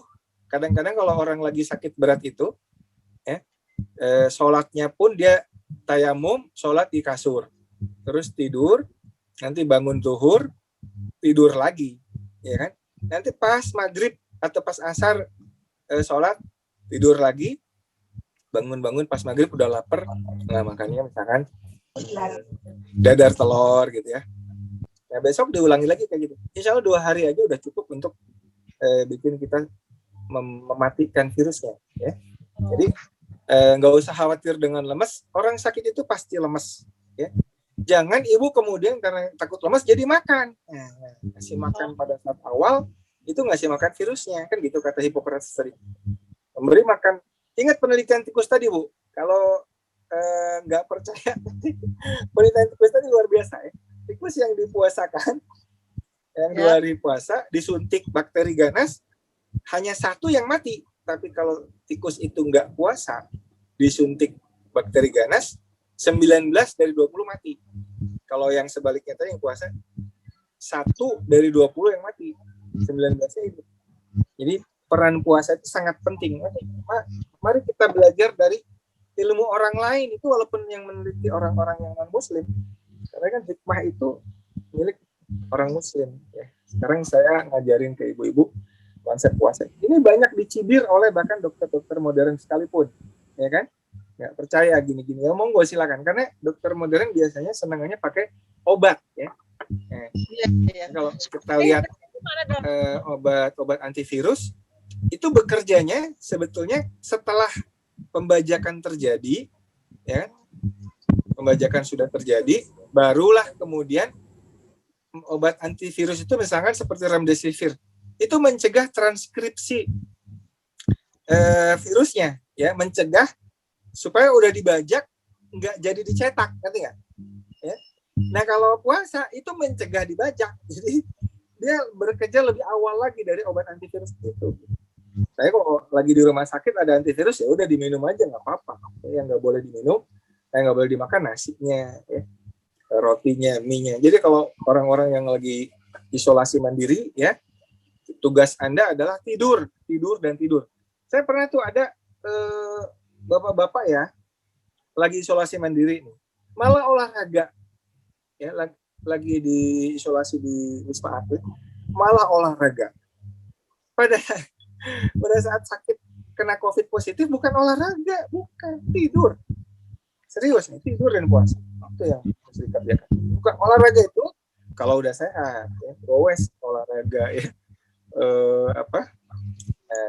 Barbel, dumbbell itu olahraga yang bagus. Tapi itu pada saat sehat, pada saat sakit, walaupun orangnya segar bugar juga tetap tidur.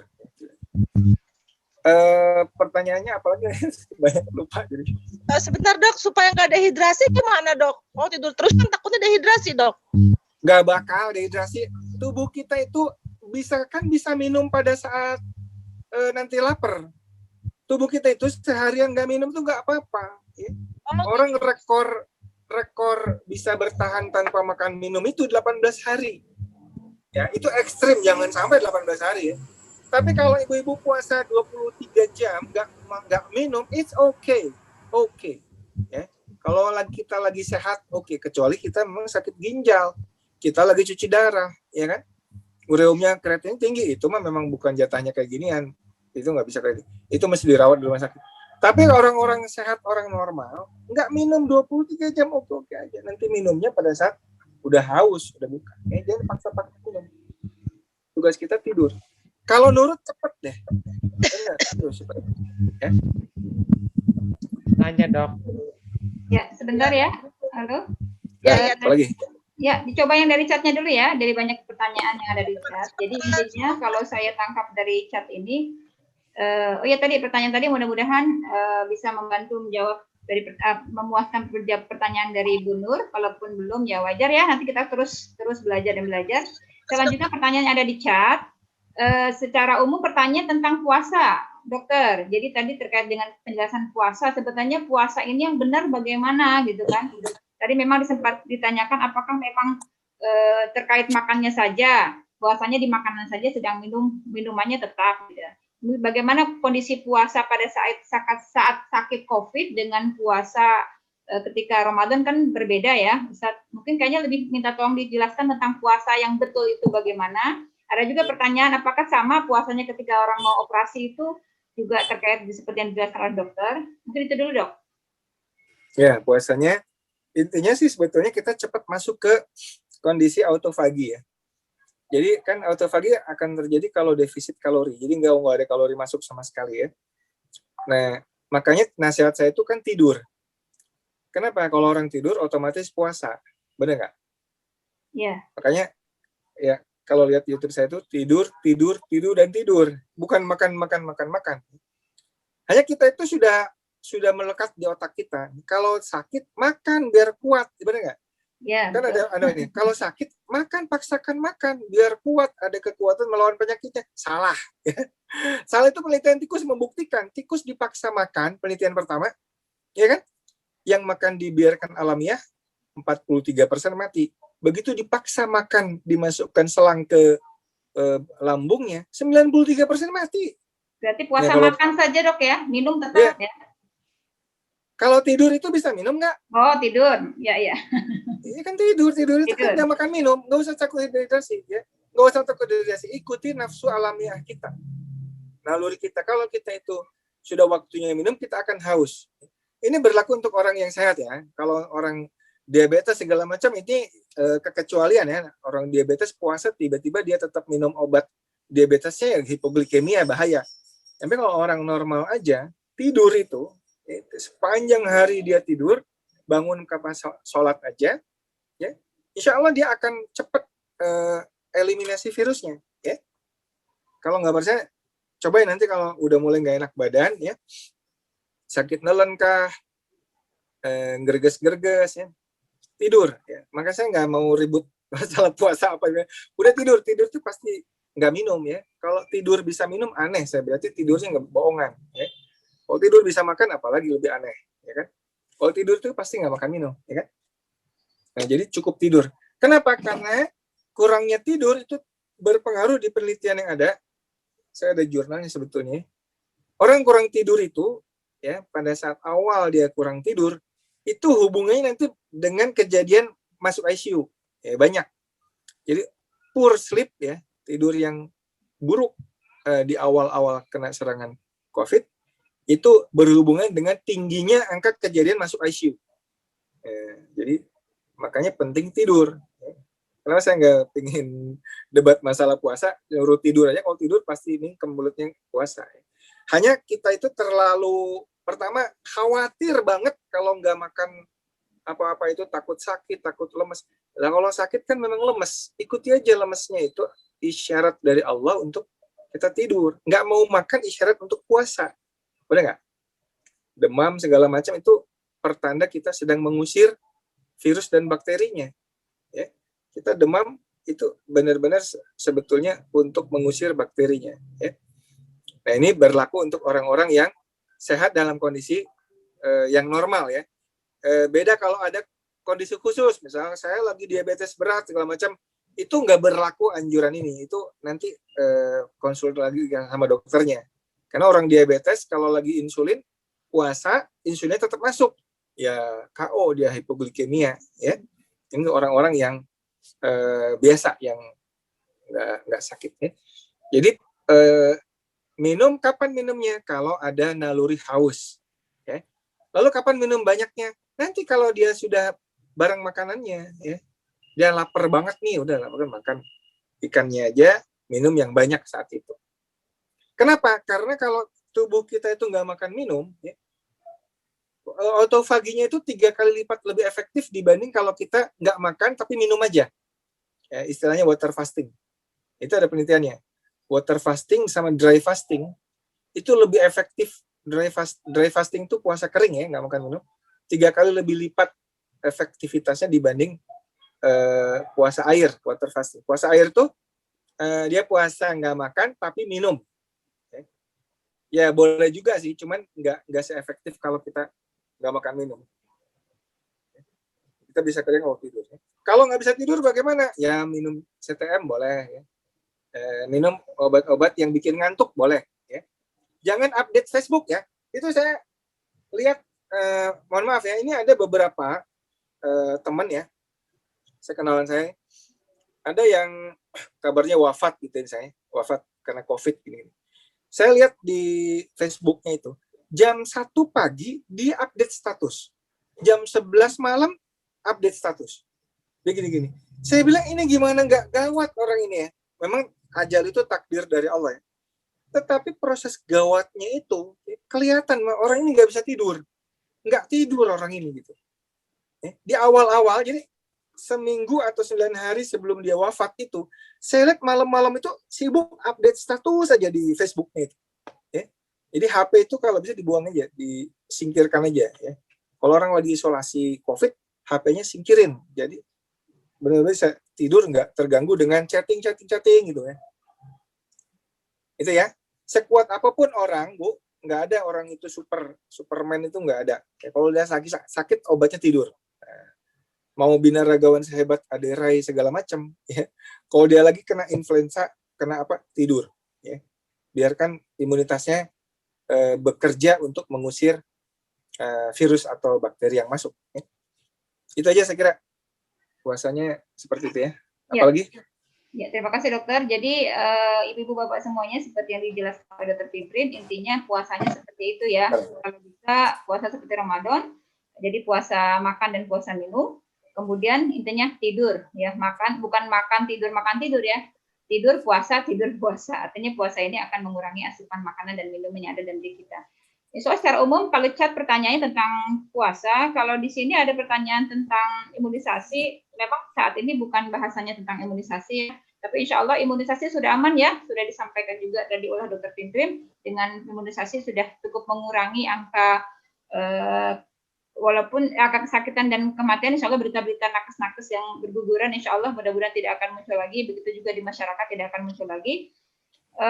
Secara umum pertanyaannya terkait dengan puasa sudah terjawab.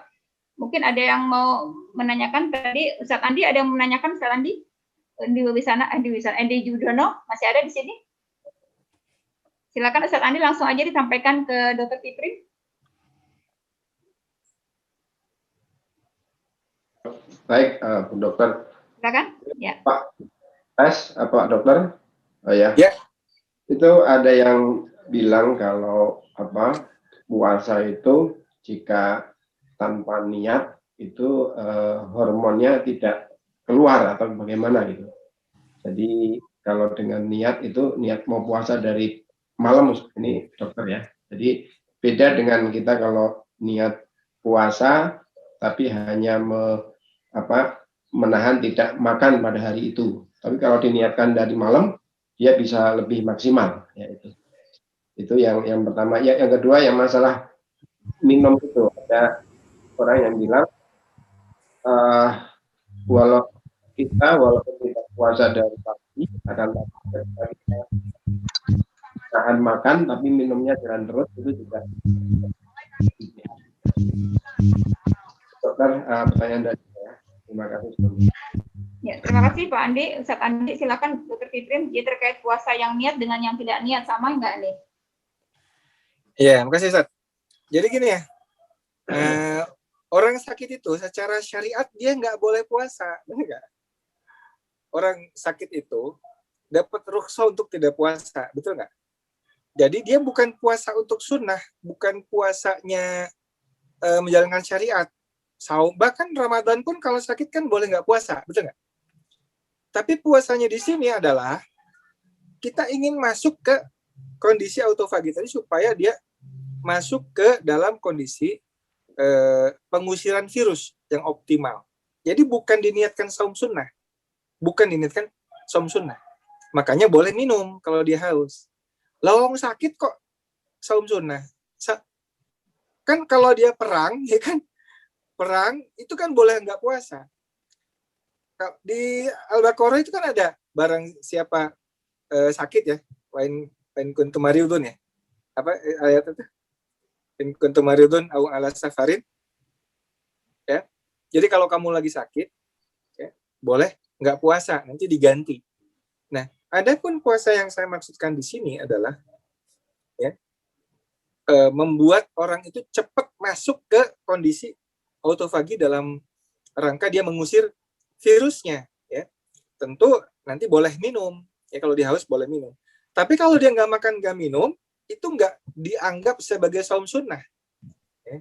Bukan sebagai saum sunnah. Jadi mohon dibedakan antara therapeutic fasting istilahnya, puasa sebagai terapeutik, ya.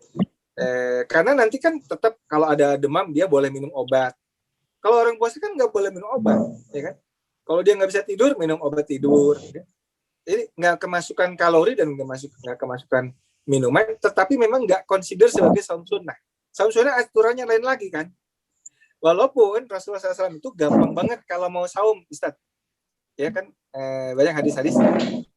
Wahai Aisyah, wahai Aisyah, apa? Ada makanan apa? Kamu punya makanan apa? Ya Rasulullah, saya nggak masak, nggak ada makan. Kalau gitu aku puasa. Enggak? Apa coba rahasianya Rasulullah bisa gampang kayak gitu? Saya ingin nanya bapak-bapak di sini, kalau ibu-ibunya dia lagi lapar, Mi, ada makanan nggak? Aduh, apa ya, lagi nggak masak nih? Itu kalau orang yang orang yang belum bisa mengakses bahan bakar lemaknya, yang lapar melulu, itu bisa meledak marahnya. Karena dulu saya waktu masih obes, saya paling kesel banget kalau di dapur, di lemari tuh nggak ada nasi gitu.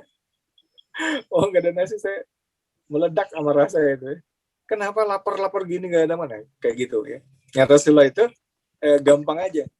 Oke, kalau gitu, baiklah, kalau gitu saya akan saum sunnah. Nah, jadi gitu Pak Ustadz ya. Jadi ini bukan saumnya syariat.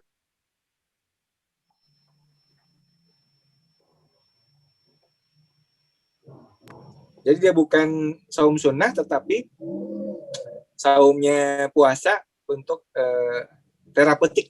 Ya, dia tetap minum obat boleh, ya. Minum air kalau haus boleh, ya. Walaupun sebaiknya enggak. Itu ya, saya kira. Ya. Masih ada waktu, Dok? Masih ada ya?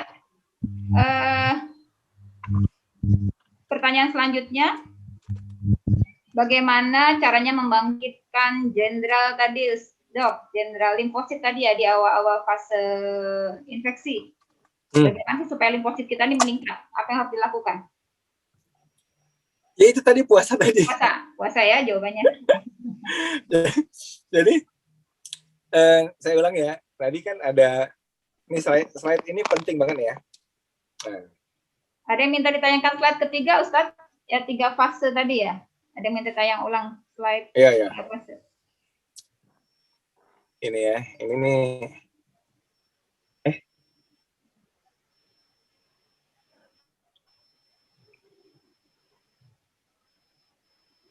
Nah, ini ya. Nah, ini nih. Ini slide-nya.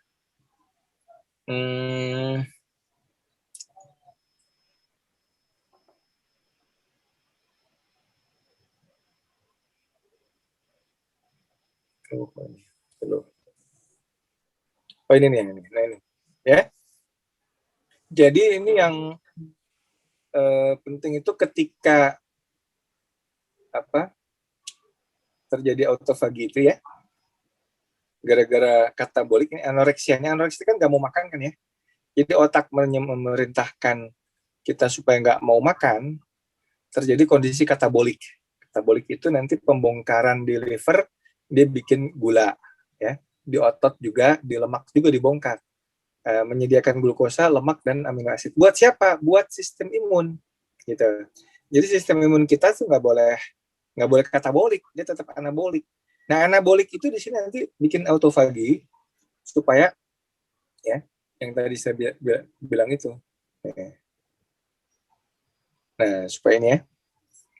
Nah, supaya dia membangunkan ini nih. Sebenarnya remahan virus itu dia akan bikin membangunkan CD4, ya kan? General lymphocyte itu CD4 namanya. CD4 ini nanti akan bisa ke CD8 itu sitotoksik. Jadi CD8 itu menyerang virus yang ngumpet di dalam sel. Kalau dia keluar ke pembuluh darah, dia akan bikin mengaktifkan sel B limfosit ini untuk bikin antibodi, ya.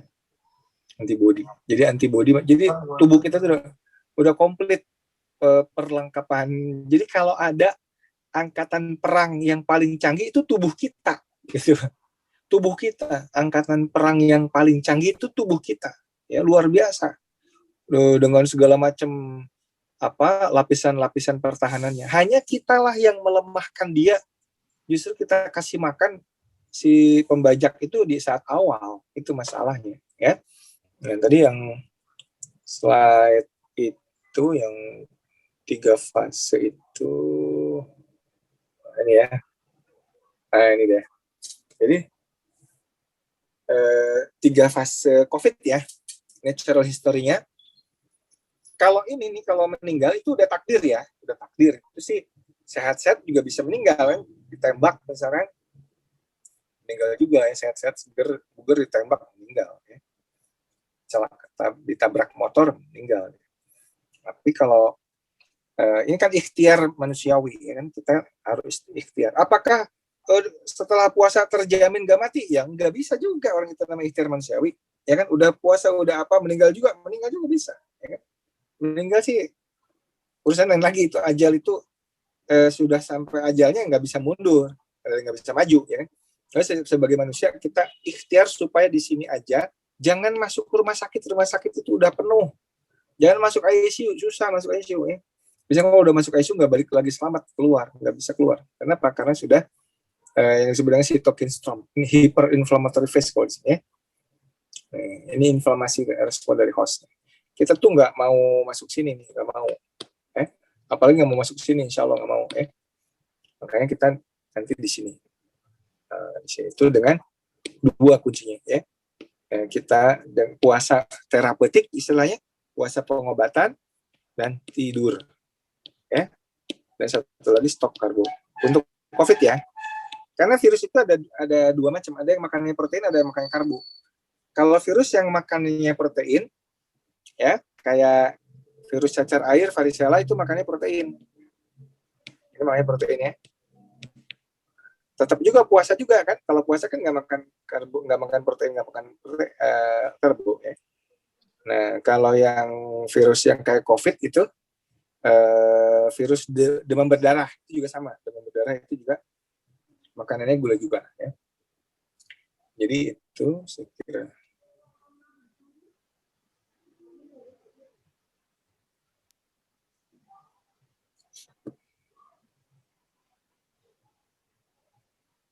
Ya, itu aja. Ya. Dokter, insya Allah masih ada 15 menit waktu ke depan ya. Kalau dokter tadi masuk jam 10 ya, insya Allah sampai jam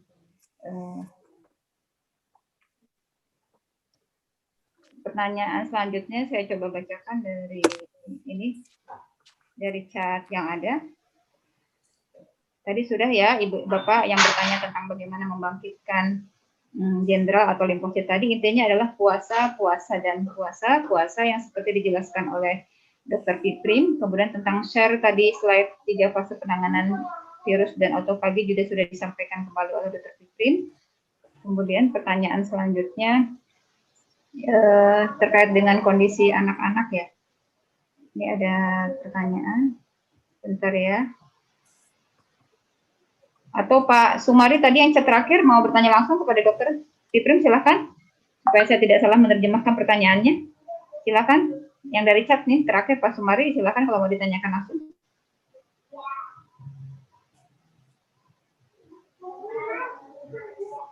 Halo Pak Sumari, apakah masih on di sini? Masih bergabung?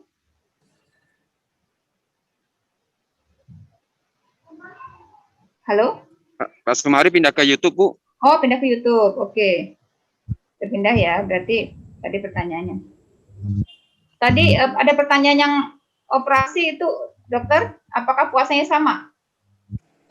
Orang yang mau operasi itu kan suruh puasa dulu. Sama nggak ini kondisinya seperti puasa yang disampaikan oleh dokter Fitrin? Itu kalau operasi biasanya kan puasanya 6 jam ya. Iya, betul. Itu supaya pada saat dibius dia nggak muntah. Ya. Jadi buat lambungnya kosong aja. Tapi tujuannya bukan buat autofagi ini. Karena autofagi minimal 16 atau 17 jam. 16 atau 17 jam. Kalau kita puasa di Indonesia, nggak nyampe ya 16-17 jam ya? Bisa, kalau sahurnya air putih. Ya, Air jadi putih kalau aja. Ramadan itu kita sahurnya air putih, teh tawar, ya. Jadi makannya banyak, tapi misalnya habis buka dan habis tarawih boleh makan. Jadi sahurnya air putih. Jadi kalau saya lebih suka makanan berat itu ditarik di habis tarawih. Jadi buka tajil kan, udah gitu maghrib, udah gitu makan ya. Kemudian habis tarawih kita makan lagi. Nah udah gitu kosong kan, kosong. Sahurnya air putih aja. Itu akan bikin bahan bakar lemak di perut kita dibongkar. Karena dan autofaginya bangun. Kan kalau katakanlah terakhir makan jam berapa? Jam 10 malam ya. Jam 22 nih. Makan lagi nanti jam 18. Itu kan 20 jam perut kosong. Itu autofaginya jadi. Autofagi. Itu total kalorinya kita tetap dapat sama. Ya kan 2 kali makan. Kenyangnya dapat. Pembongkaran lemaknya dapat. Coba bertahap deh.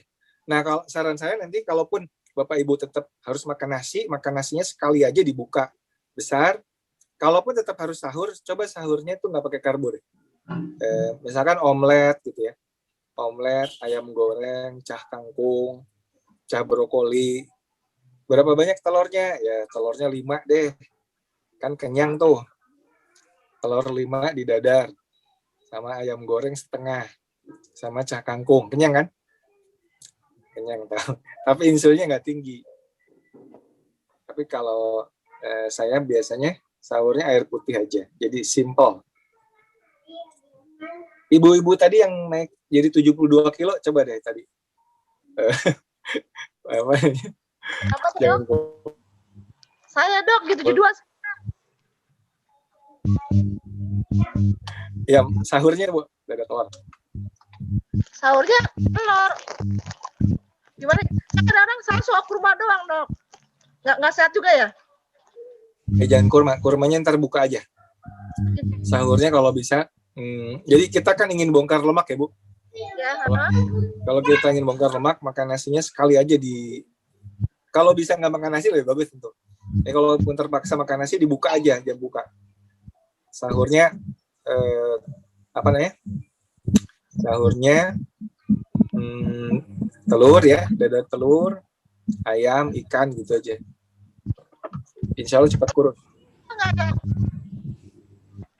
Nasi sedikit, bisa 2 sendok, gitu, nggak sebanyak-banyak. Ya kalau ibu modalnya sedikit-sedikit itu, saya jamin gagal Bu. Karena insulin itu pasti ngunci lemaknya. Karena yang ibu bilang nasi sedikit itu langsung mengunci gudang lemak ibu.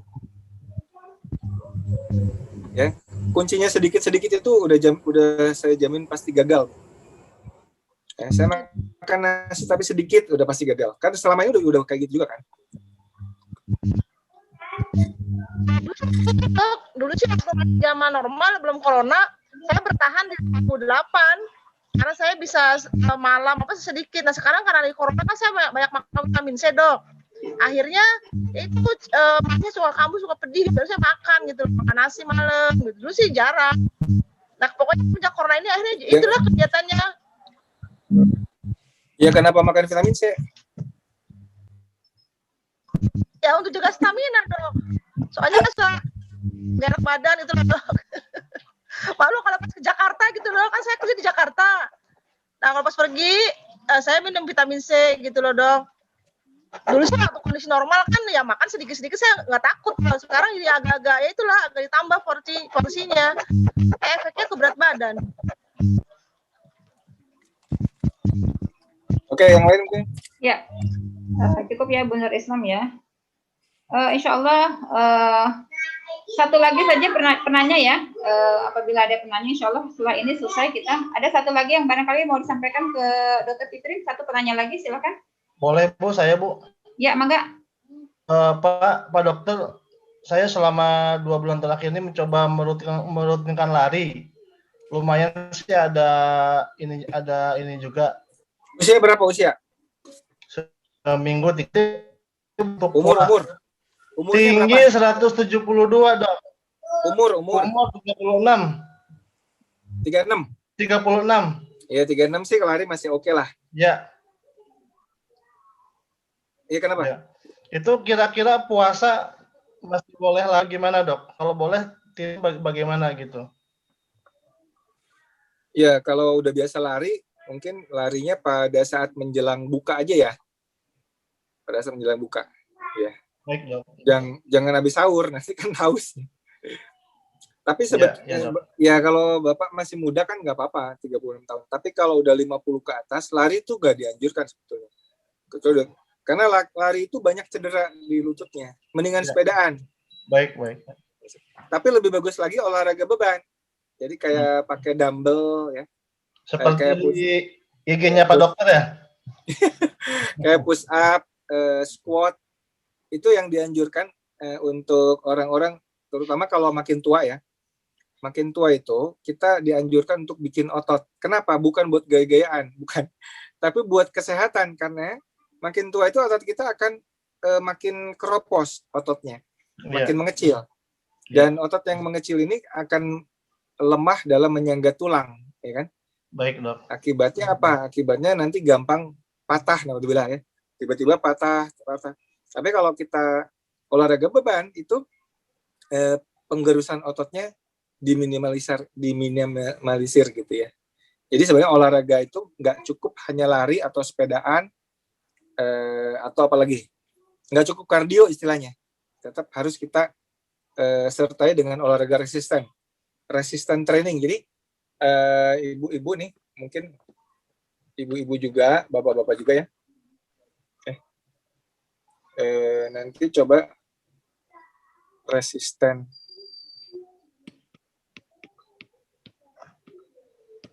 training ya.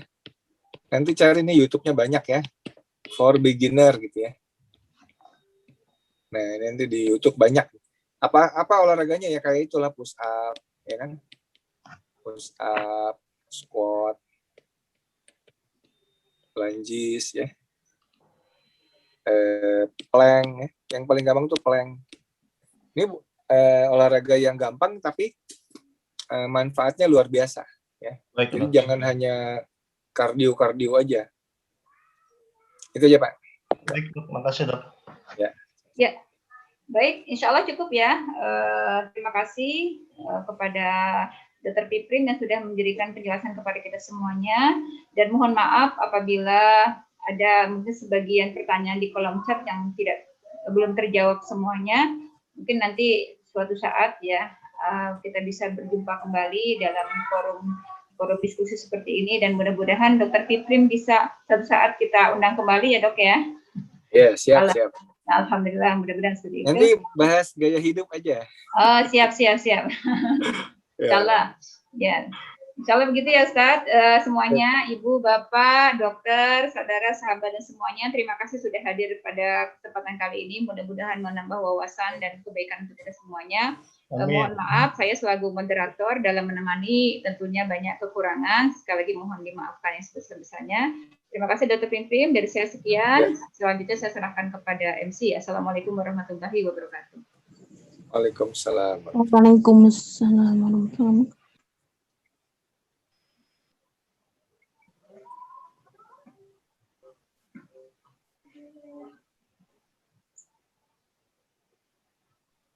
Mic-nya Pak Muslim. Serta Dr. Dharma selaku pembicara dan moderator pada acara pagi hingga siang hari ini.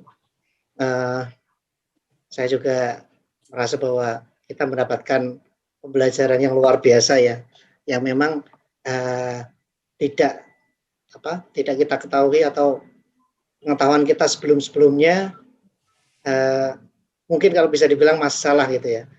Hari ini kita diluruskan dan harapannya dengan pembelajaran yang kita dapatkan, kita bisa hidup lebih sehat lagi, menyikapi sakit dengan lebih tepat lagi ya.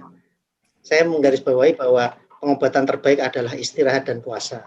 Dan harapannya ini bisa kita terapkan, terutama selama masa pandemi ini, dan juga nanti setelah pandemi, saya pikir teknik pengobatan ini masih relevan untuk kita bisa lakukan.